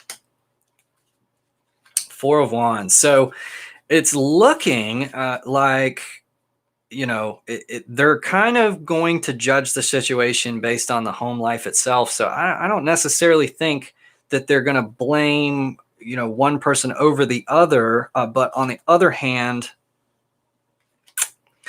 they're going to make the decision based on what is best for the child. So, if you are, let's see, did you say if they were your child or it's your daughter? Okay. So, this is, I think, going to work out probably in your situation. It will be, the courts are going to make a decision on what is best for the overall well-being of the child. They're not going to look at the fairness of the situation so much. So that may work out in your benefit because it looks like there's been some unrest in the home. One is yours and one's the ex. I see. Okay. But you've been the primary caregiver. So I'm assuming. So I think that they are liable to, to look favorably on that, to look on the ability that you have. You're going to want to present yourself as a capable caretaker, as somebody who's kind of got your head on straight in the situation, because it seems as though you might be the only one who does. It seems like there's a lot of chaotic energy going on. So if you're able to project this sense of, I have the situation under control, I know what's best for these children, there will be this sort of good, happy energy. Now, on the other hand, this Four of Swords is a little bit of seclusion, but it has a temporary, like a resting type of a nature. So I think there is a good chance that there will be a sort of momentary separation. I think it's going to be important for you not to be too dismayed about that temporary situation, but you're going to want to, of course, assert yourself, but also just remain calm, remain resting, and remain in the mindset of, the best chance that I have for pulling this whole thing together is to maintain this projection of stability, of being the best one to end up with these kids. You know what I mean? And that's going to go a long way to helping you in this situation. So keep your nose clean, keep your head up. And so let's say, should you stay with him? Stability. Yes, you're definitely on the lookout for stability. And he needs to know that too. He needs to be pushed toward the stability. You're going to have to you're going to have to wear the britches in this situation a little bit, So should you stay with them? So, Five of Swords, there is a little bit of a conflict of thoughts that's going on here. So he doesn't have it all straight. He is not necessarily thinking straight. So I don't want to say that you shouldn't stay with him.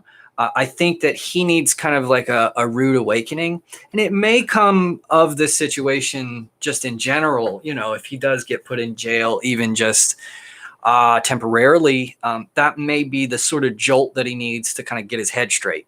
But something, the thoughts are conflicted in his mind for sure. I do think, let's see about, does he love you? Yeah, I think in the ultimate, absolute meaning of the word, yes, he loves you. But I think he's very kind of distracted, and there's a lot possibly going on. The Nine of Pentacles, this typically is a happy, successful card, but it also just specifically is zeroing in on distracted, daydreaming, or flighty type of energy that is like, there's a lot of distractions that's going on here. So I think, again, stability is going to be your friend. The more you can inject this sense of stability, the more his head is going to clear, the more the situation is going to work out in your benefit for the children, all that stuff. It's all going to be better for you to just project the sense of stability, to keep your head on straight, to not get too disparaged by what happens. And you may be tested. You may have a situation that comes up to where you're tempted to sort of lose your mind about it. And by resisting that, and by showing that you have this sort of command and ability to control the situation and not lose it, everything is going to eventually work out in your favor. That's what you're being asked to focus on. Does that pretty much answer it for you? Does that give you some clarity?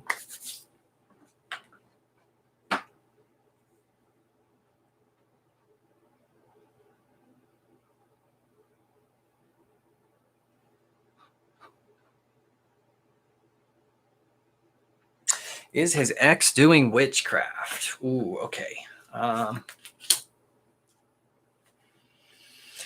Well, that looks like there's good possibility of it. I wouldn't worry about that too much because I've been in situations like that myself, and if her heart is not in the wrong or right place, it's liable to backfire. She's liable to be getting a lot of the negative energy that she's sending out your way right back at her. So the best thing that you can do to combat whatever this negative energy is that's coming at you is to rise above it, which means not to reciprocate, because that's when you do damage to yourself, right? So you don't want to reciprocate those negative feelings, those harsh feelings. If anything, kind of take like a pitiful attitude towards it, act as though or feel as though it's really a shame that this person is this sort of way, and that it would be nice if they would move on and heal. If you can kind of focus in on that type of energy, it's the most effective at rejecting that negative energy, or being like a mirror to just send it right back. And again, you don't want to do that with this feeling of, oh, well, you're going to get yours, right? Because that is that negative energy that sort of draws all that harshness into you like a magnet. So you don't want that. You want to keep your head full. Know that nothing can touch you if your heart is true, if your heart is in the right place. And even if things, happen, even if things don't work well in the initial short term, there's a way of all of those things working out for your benefit in the right way if you keep the right mentality. You know what I mean? If you keep your sort of golden soul, that I sense that there with you. There is a real goodness within you that wants everything to be working out well. So, extend that wishes for wellness beyond yourself into even your enemies. And that really, that's how you get toward that victorious, harmonious place in life, with a little bit of dignity. Okay. Thank you for listening. All right.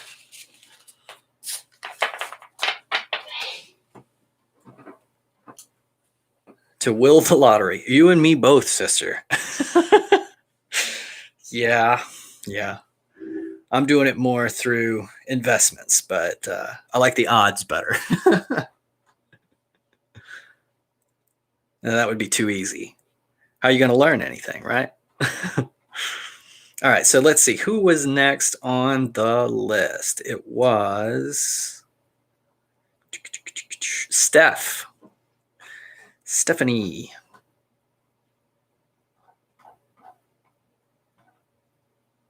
Are you still there, Steph? She may have left.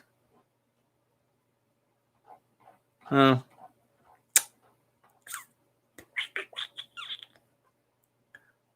Yeah, I think it may have taken a little too long for Steph. So, Andre, I think you are up next. Although I'm seeing a retracted message up here, that may mean Andre has left as well.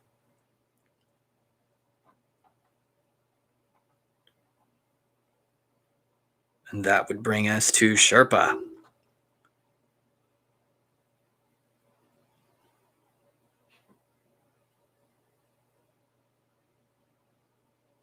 Sherpa, are you still here?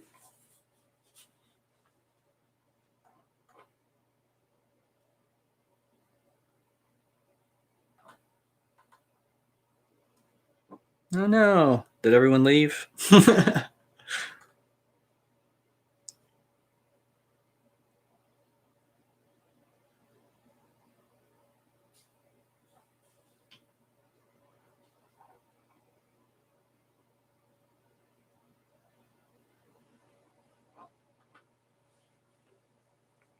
Andre, you're here. Okay. So, what was your question, Andre, or did you want a little general advice? Oh, Sherpa is too. Okay. So,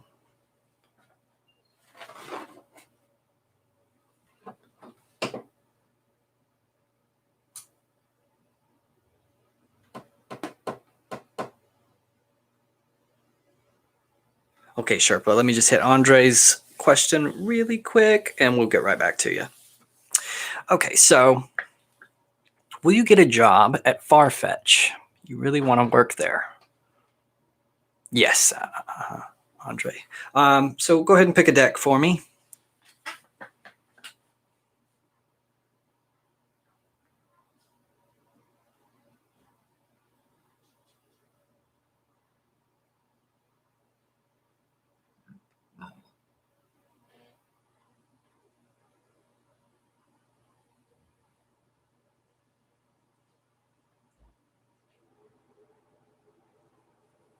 Thank you very much for your patience. I'm sorry this is taking.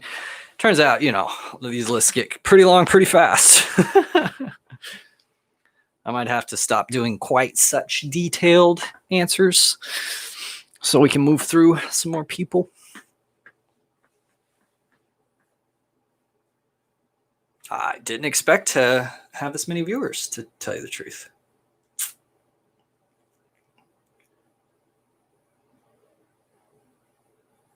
So Andre, if you just let me know if you want deck 1, 2, or 3.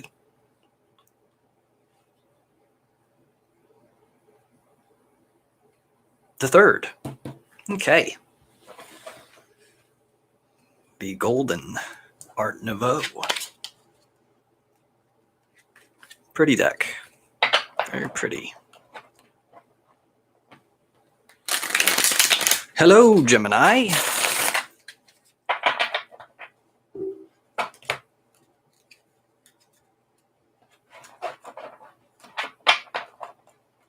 Guys, I am sorry I have closed the list for getting more readings right now. I've been on here for 3.5 hours, so I'm hungry. I need some dinner, and I need to spend some time with my wife. But I will be back on again, and I do have a lot of pre-recorded messages. If you would like to take a look at those, you probably will be able to get some guidance from those readings. I have a pick a card I recently did, which probably can help you out a lot. So, but I will be back on. I'll definitely do this again next week. This has been great. So, one line answer. Yeah. I understand other readers. Yeah, it's a lot. It's hard to get all the answers out there to people. So, Andre, will you work at Farfetch? Okay, so I see here you are in a place where you're kind of in control of your emotions and you're feeling good. You're with the 8 of coins here in the reverse. It's kind of seeming more like a negative to me as far as the will you work at this company. Don't let me. Oh, sorry, Aaron. I'm sorry. I'm kind of getting more of a negative. You might not work at this company at Farfetch. But, it kind of has this feeling of that's not necessarily the end of the situation. There is this sort of initial emotional reaction or negative reaction. So it could be that a surprise kind of comes at you after this or as a result of this that makes it so you're a little bit even more fulfilled than you would have been, right? So there are some unforeseen aspects of the situation that you're searching after here that you're not really aware of. Something's not quite as great as it seems. Maybe you've been a little bit oversold on the job. And that could be where the negative comes in here if you do end up getting the job, to where you might want to keep looking. You might want to keep on the lookout for an even better opportunity or situation, because this one is a little bit, it seems there's more here than meets the eye. There's something going on here that is not really what you're after. And so it does seem on the whole as kind of more of a negative here, which I can take one of two ways. Either no, you won't get this job, or that the job is not going to be quite what you thought it was. It's not going to be everything you wanted, or it's possible, I guess, that the listing for the job or the description that's been given to you is not completely honest or fulfilling, right?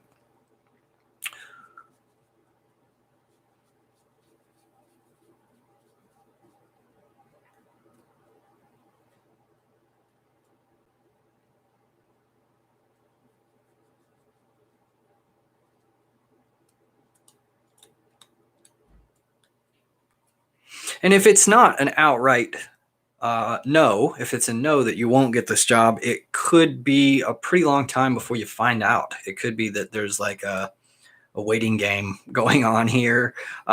Maybe you're waiting to hear back from somebody, and it's just like not going on.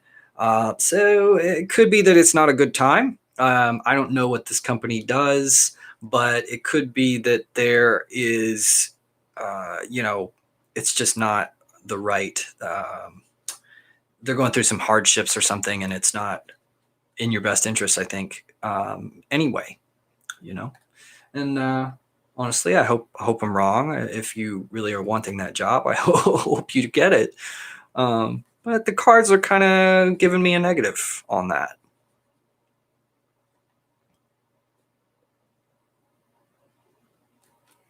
You're very welcome. And again, I'm sorry if I didn't give you the answer you wanted, but I definitely have a lot of faith that in the long run, it's gonna work out in your benefit. So I think if you do get a negative here, you're gonna very quickly find something better comes through, and you're gonna be glad that you didn't get that. You're gonna be glad you didn't get that job because you're gonna end up a little bit more fulfilled, right?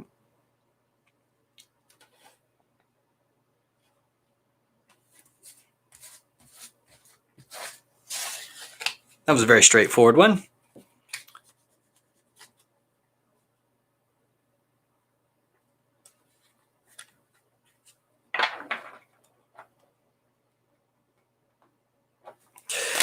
Yeah. I feel you. I would really like to work for Tesla. I love what that company does. It's kind of weird because when I was a little kid, I would make these little. I had these notebooks where I would plan out everything, like the whole world. I would just plan out how do you fix the world, and all of these ideas that I came up with. I was like, okay, well, every house has solar panels, and that's how you get electricity, and then we all drive electric cars, and those electric cars store all of that solar energy. And it's like all of a sudden, Elon Musk comes along, and here's this company that is doing all that.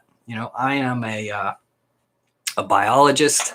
I have a degree in biology, and nature is very important to me. I'd say, politically, I'm most concerned about the impact that we have to the environment and the animals and everything like that. So to see a company come along that actually just does it, that just does all those things that I imagined that we could do and kind of flies in the face of opposition, to me, that was really cool. And I've always wanted to work for that company, but it hasn't been the right time for me either. They've had some positions that open up in my area, but it's not full circle yet. And I have seen where positions that I applied for ended up being axed. And so it's like they are such an aggressive, growing company that a lot of times these opportunities, when they open up initially, they're not very stable. They don't last. So I I'm glad that those didn't work out the way they are, because right now my financial situation, even though my job's a little bit more boring, it's worked for me very well, and I have a lot more stability that I can thank a more boring job for, and in the future, once that industry kind of takes off, maybe more opportunities will present themselves, and I don't know anything about the company that you mentioned, Farfetch, but perhaps a similar situation is occurring with you. So the answer might not be no, it might just be not right now. So I guess we are to Sherpa, the last one on the list. Thank you so much, Sherpa, for waiting. being so patient. I am getting pretty tired. Maria. Let's just draw a couple cards for you real quick. Let's just skip because that's a simple question.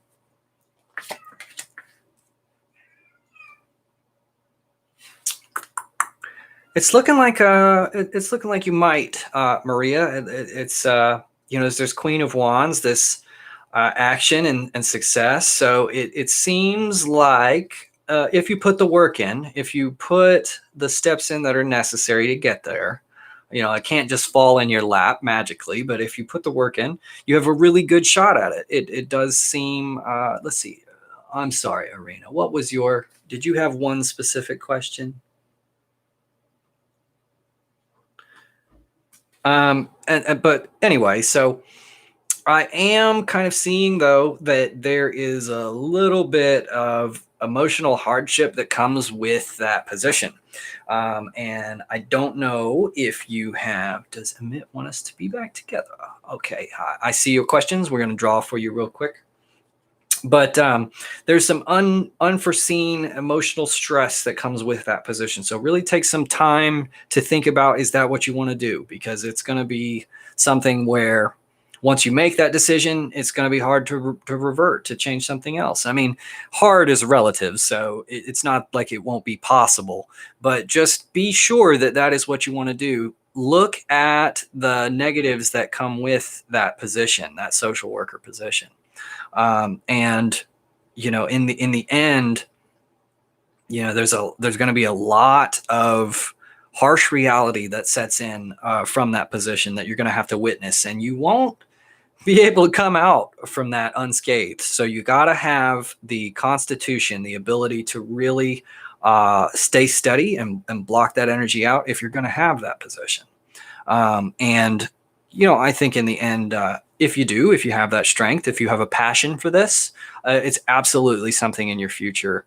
And so it's really just going to be a matter of whether you want to stay the course, in which case you will get the position, you will be a social worker, or whether you kind of reverse course on that, Okay, so Sherpa, no more delay. It is your... And Aaron, I will absolutely answer yours because you have been here for a while and I appreciate that. So I will answer your question, but let me get to Sherpa. He's been waiting a very long time. Sherpa, go ahead and choose a deck.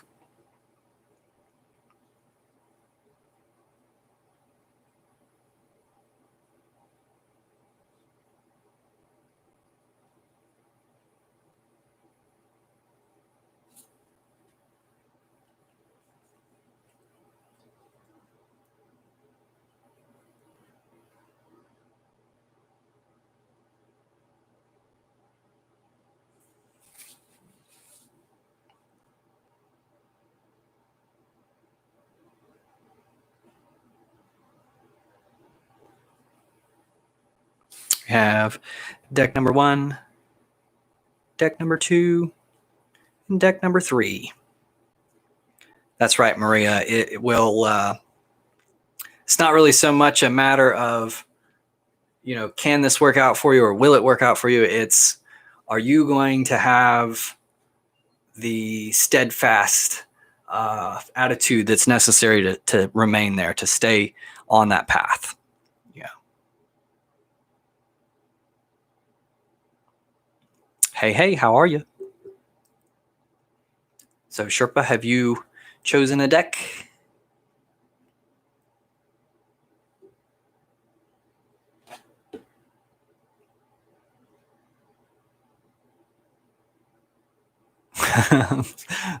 Thank you very much for your patience.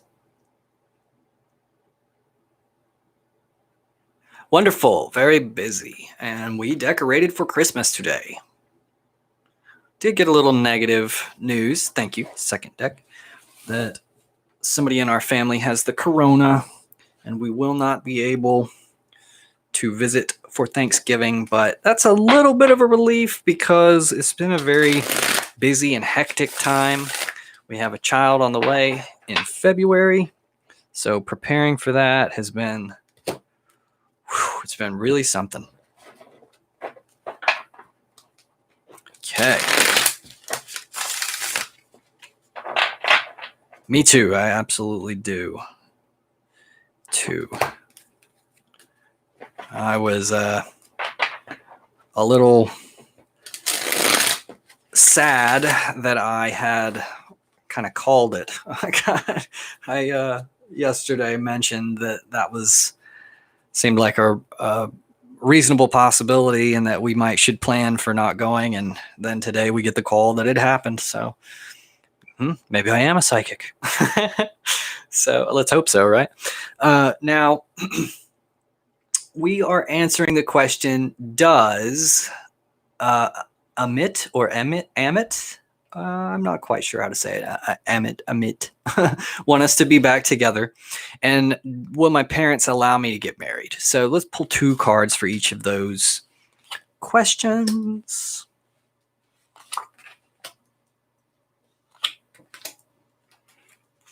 Okay. I'm very sorry, guys.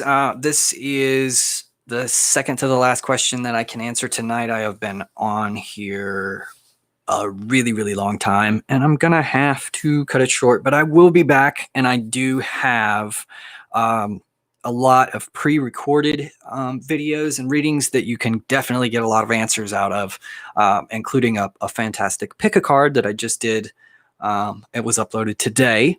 So if you check out my channel, that one is really good at helping you with some guidance. And I also have some general monthly readings and things like that. Anyway, but back to this question. So, will you get back together? Let's see. Oh, does he want you back together? Okay.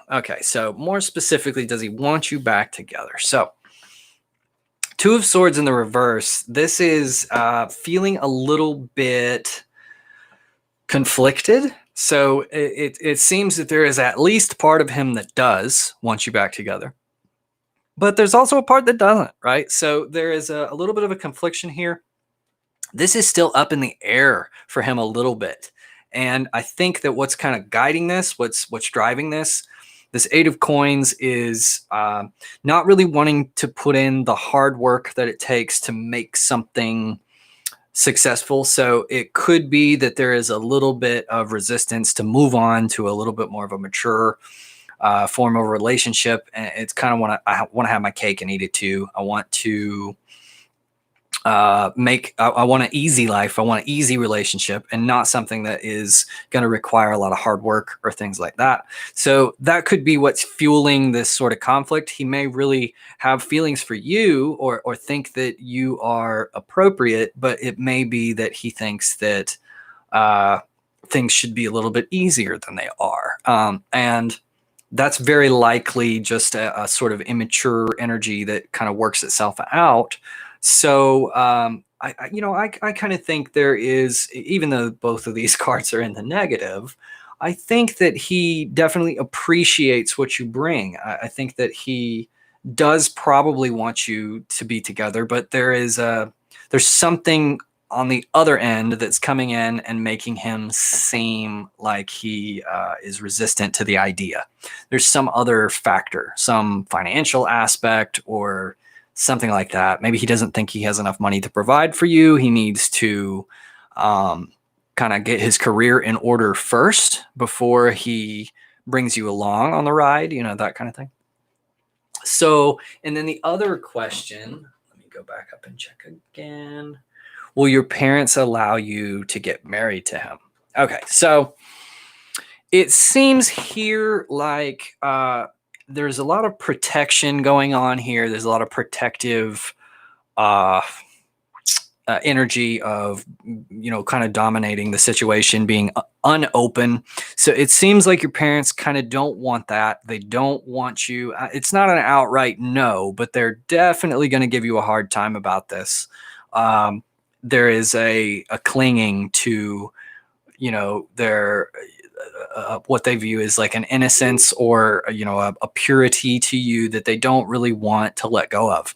They want to kind of, I don't know, they want to maintain this idea of you in their head and not let you kind of grow and develop into something greater than that. They want to kind of keep you under lock and key. Now, with the tower here, tower directly refers to institutions such as marriage, but in the way of thinking that these things fail. That the more you depend on these things, the more there is a likelihood that you have to kind of like come crashing out of it if an emergency happens. You can't, if you hold up real high up in the tower, then if there's an emergency or a fire or something, you're stuck up there. So your only option is to sort of jump out the window.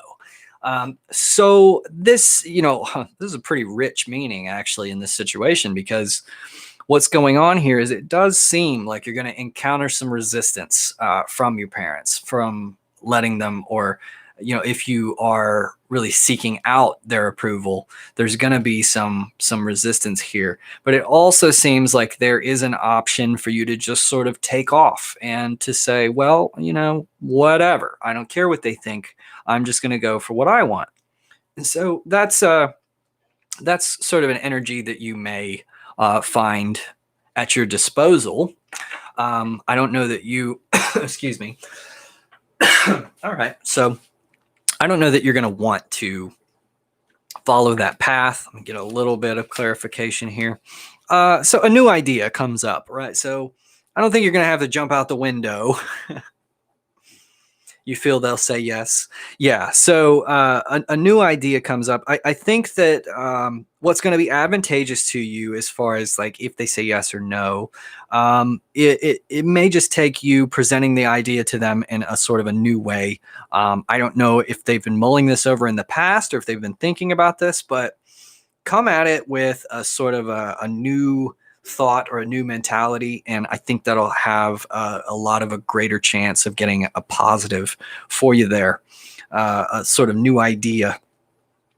Present them with not the same kind of thing that you have been approaching them with, but say, well, look, there's this type of an opportunity that maybe they hadn't even thought about before.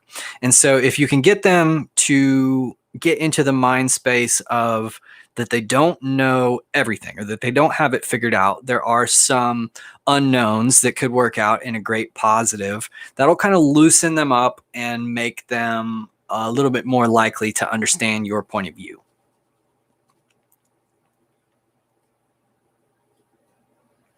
Does that answer your question?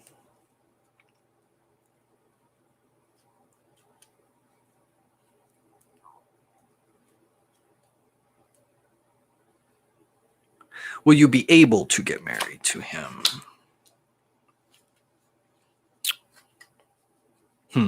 So the King of Wands, this is having a lot of power. In the reverse, this is like a feeling of blockage. I think that you'll be able to get married. But there's a lot of authority here. The Emperor, this is very heavily authority based, a masculine matriarchy. So there's going to be quite a bit of, resistance to this idea. And so it's like, it's going to be a challenge for you, and you're going to have to navigate the space of authority pretty heavily. But, yeah. And so there's some unknowns in the situation which have this authority figure a little bit uncomfortable. There's things that they don't really understand about what's going on. So bringing in a sense of honesty about what you want and why you want it is going to have a lot more power to sway them to be able to get married. There's this. There's going to be a resistance, but I keep falling back on the feeling that it's ultimately in your control. That ultimately, it's not really a matter of if you can get married. It's to what extents are you willing to go to make it happen, to resist the forces that are against you.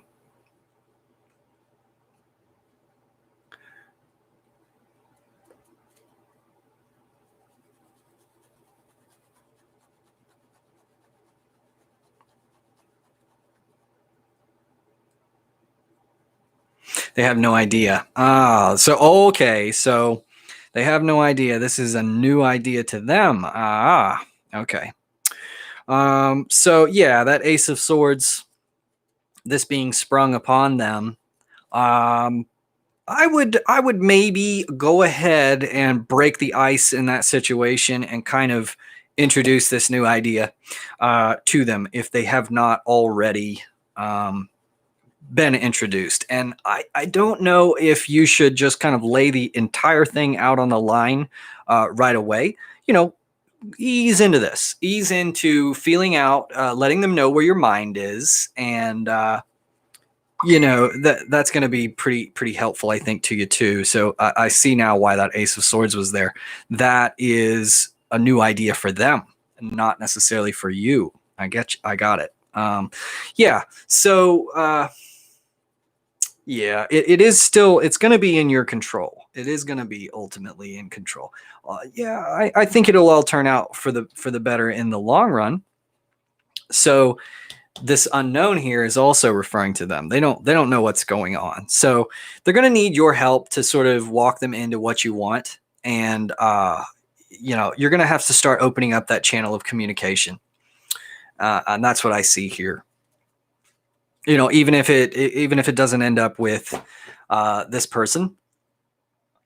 Yeah, strong and consistent. That's right. You need to, I gave a reading earlier where the message was that if you maintain this position of stability, that you've got your head on straight and you can convince others of that, they're more likely to go along with you and what you need. You have to inspire that sort of confidence in them.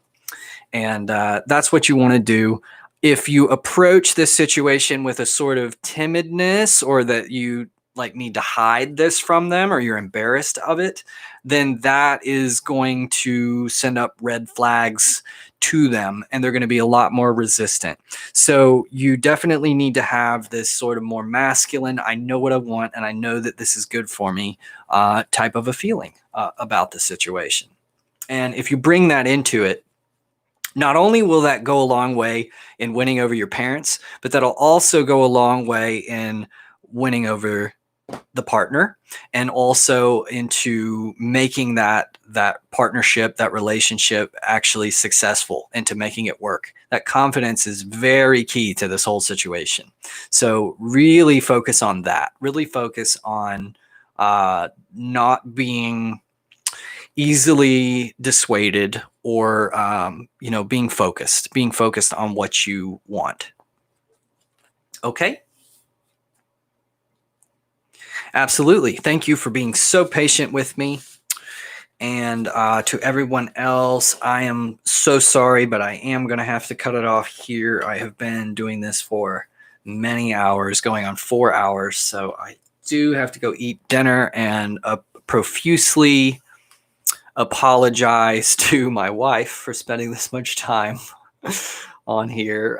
But I will be back. I will do this again. This was very successful. I loved this. This was really great. And I'll definitely do it. I'll definitely do it again. Arena, let's go ahead and just really quick. I know I'm so, you've been here for a while too. Let's just go ahead and do a real quick couple cards for your question there. Did Mo love you, and will he come back? And I am going to have to cut it off right after that. I can't stand to see you cry. But if you're still looking for guidance, there is definitely a lot of pre-recorded videos on my channel, so please check those out. So, did Mo love you, and will he come back? So let's do 2 cards for each. So Did Mo love you? It is, two queens here. There's a lot of internalization going on. I think he did. I think he did love you. But I think Mo has a problem with his own emotional well-being or managing his emotions or love has a way of making you feel a little bit out of control, and I think he was uncomfortable with that. I think that there is this problem of not being completely in tune with your emotions, and so that can make you withdraw a little bit, or it can make you uncomfortable with moving down a sort of pathway in the emotional realm or in the emotional relationship. With the Queen of Swords here, there is a little bit of an intimidating energy. He may have been a little intimidated by you, or just felt that there was quite a bit of pressure or a lot of thoughts that come racing and that type of thing. So it may be that it's like a little too much for him, a little bit of a pressure on him that he wasn't really ready for, or wasn't prepared for at this point of his life, right? So, and as far as like, will he come back? The Hierophant, the Pope card. This is a card that is very much concerning, rules and things that form happy relationships and all that. So I think maybe he's in the process of learning. He's on a short journey to learn why these things are important, why what you wanted is important. It may be that you're a little bit further along than he is, and he has a little bit of growing up to do still. And so you're kind of you've been putting not necessarily ultimatums, but you have been putting out that you want things to be a certain way, and it's kind of maybe averted him a little bit. And it's very possible that he might kind of come back to that kind of thing, because what you have here is the Nine of Swords, which is anxiety in a card, right? It's you've run away from something. So I love this particular artwork because this is like a cat who's run up this tree. Something had scared him and he ran up that tree. But while he's up in that tree, he's even more scared and feeling more alone. And it's like now it's like you're hiding from a monster, but your own mind then becomes the monster because it tears you apart with worry and everything. Oh, yes. God bless her very much. I'm going to have some apologizing to do, but we'll get to that. But anyway, so the situation here is like really running from your own thoughts. So it's kind of that I think maybe the timing was off a little bit in this situation. That may be what drove you apart. Let's see. So there's a little bit of power for you to make something happen here. So what I think that there's going to be a kind of tug and or a give and take, a tug of war thing going on here, where it's going to be a matter of releasing the reins and kind of like allowing him to go off and do his own thing, to be separate, or to just be away from you, but also be there and be accessible. Don't ghost him or something like that.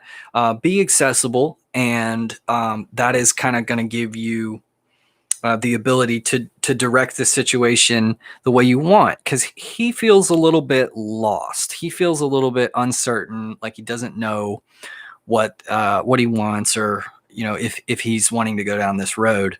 So if you kind of hold back a little bit and give him some space to figure out what he wants, it's not all over. It's not like he won't come back. It's just kind of like there is a timing here. There's a process that needs to unfold on its own, and he's going through that. But with this Ace of Wands here, you do have some ability to determine that outcome. So it's going to be and the Ace of Wands is normally like a go-getter, like a make something happen.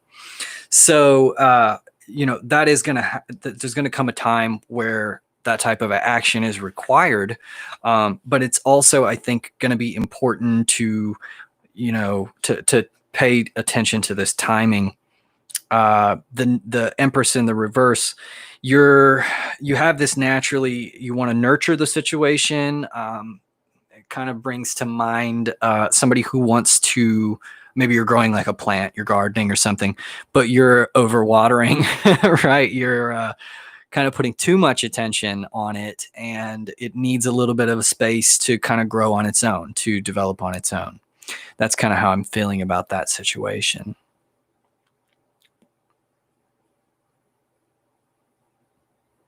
Is that answering it for you?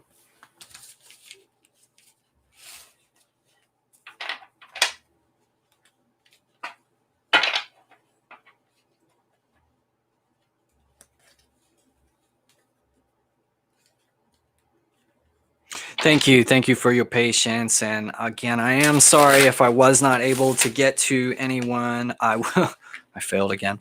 I will be back on at some point soon, and I do have lots of pre-recorded videos, so you can check those out, and you would be really shocked how much guidance you can get out of those. They're more thorough readings anyway. So check out my latest pick a card. That was great. And I will see you guys again soon. If you enjoyed, like or subscribe. And thank you all so much. This has been wonderful. Okay. And I'll see you guys on the flip side.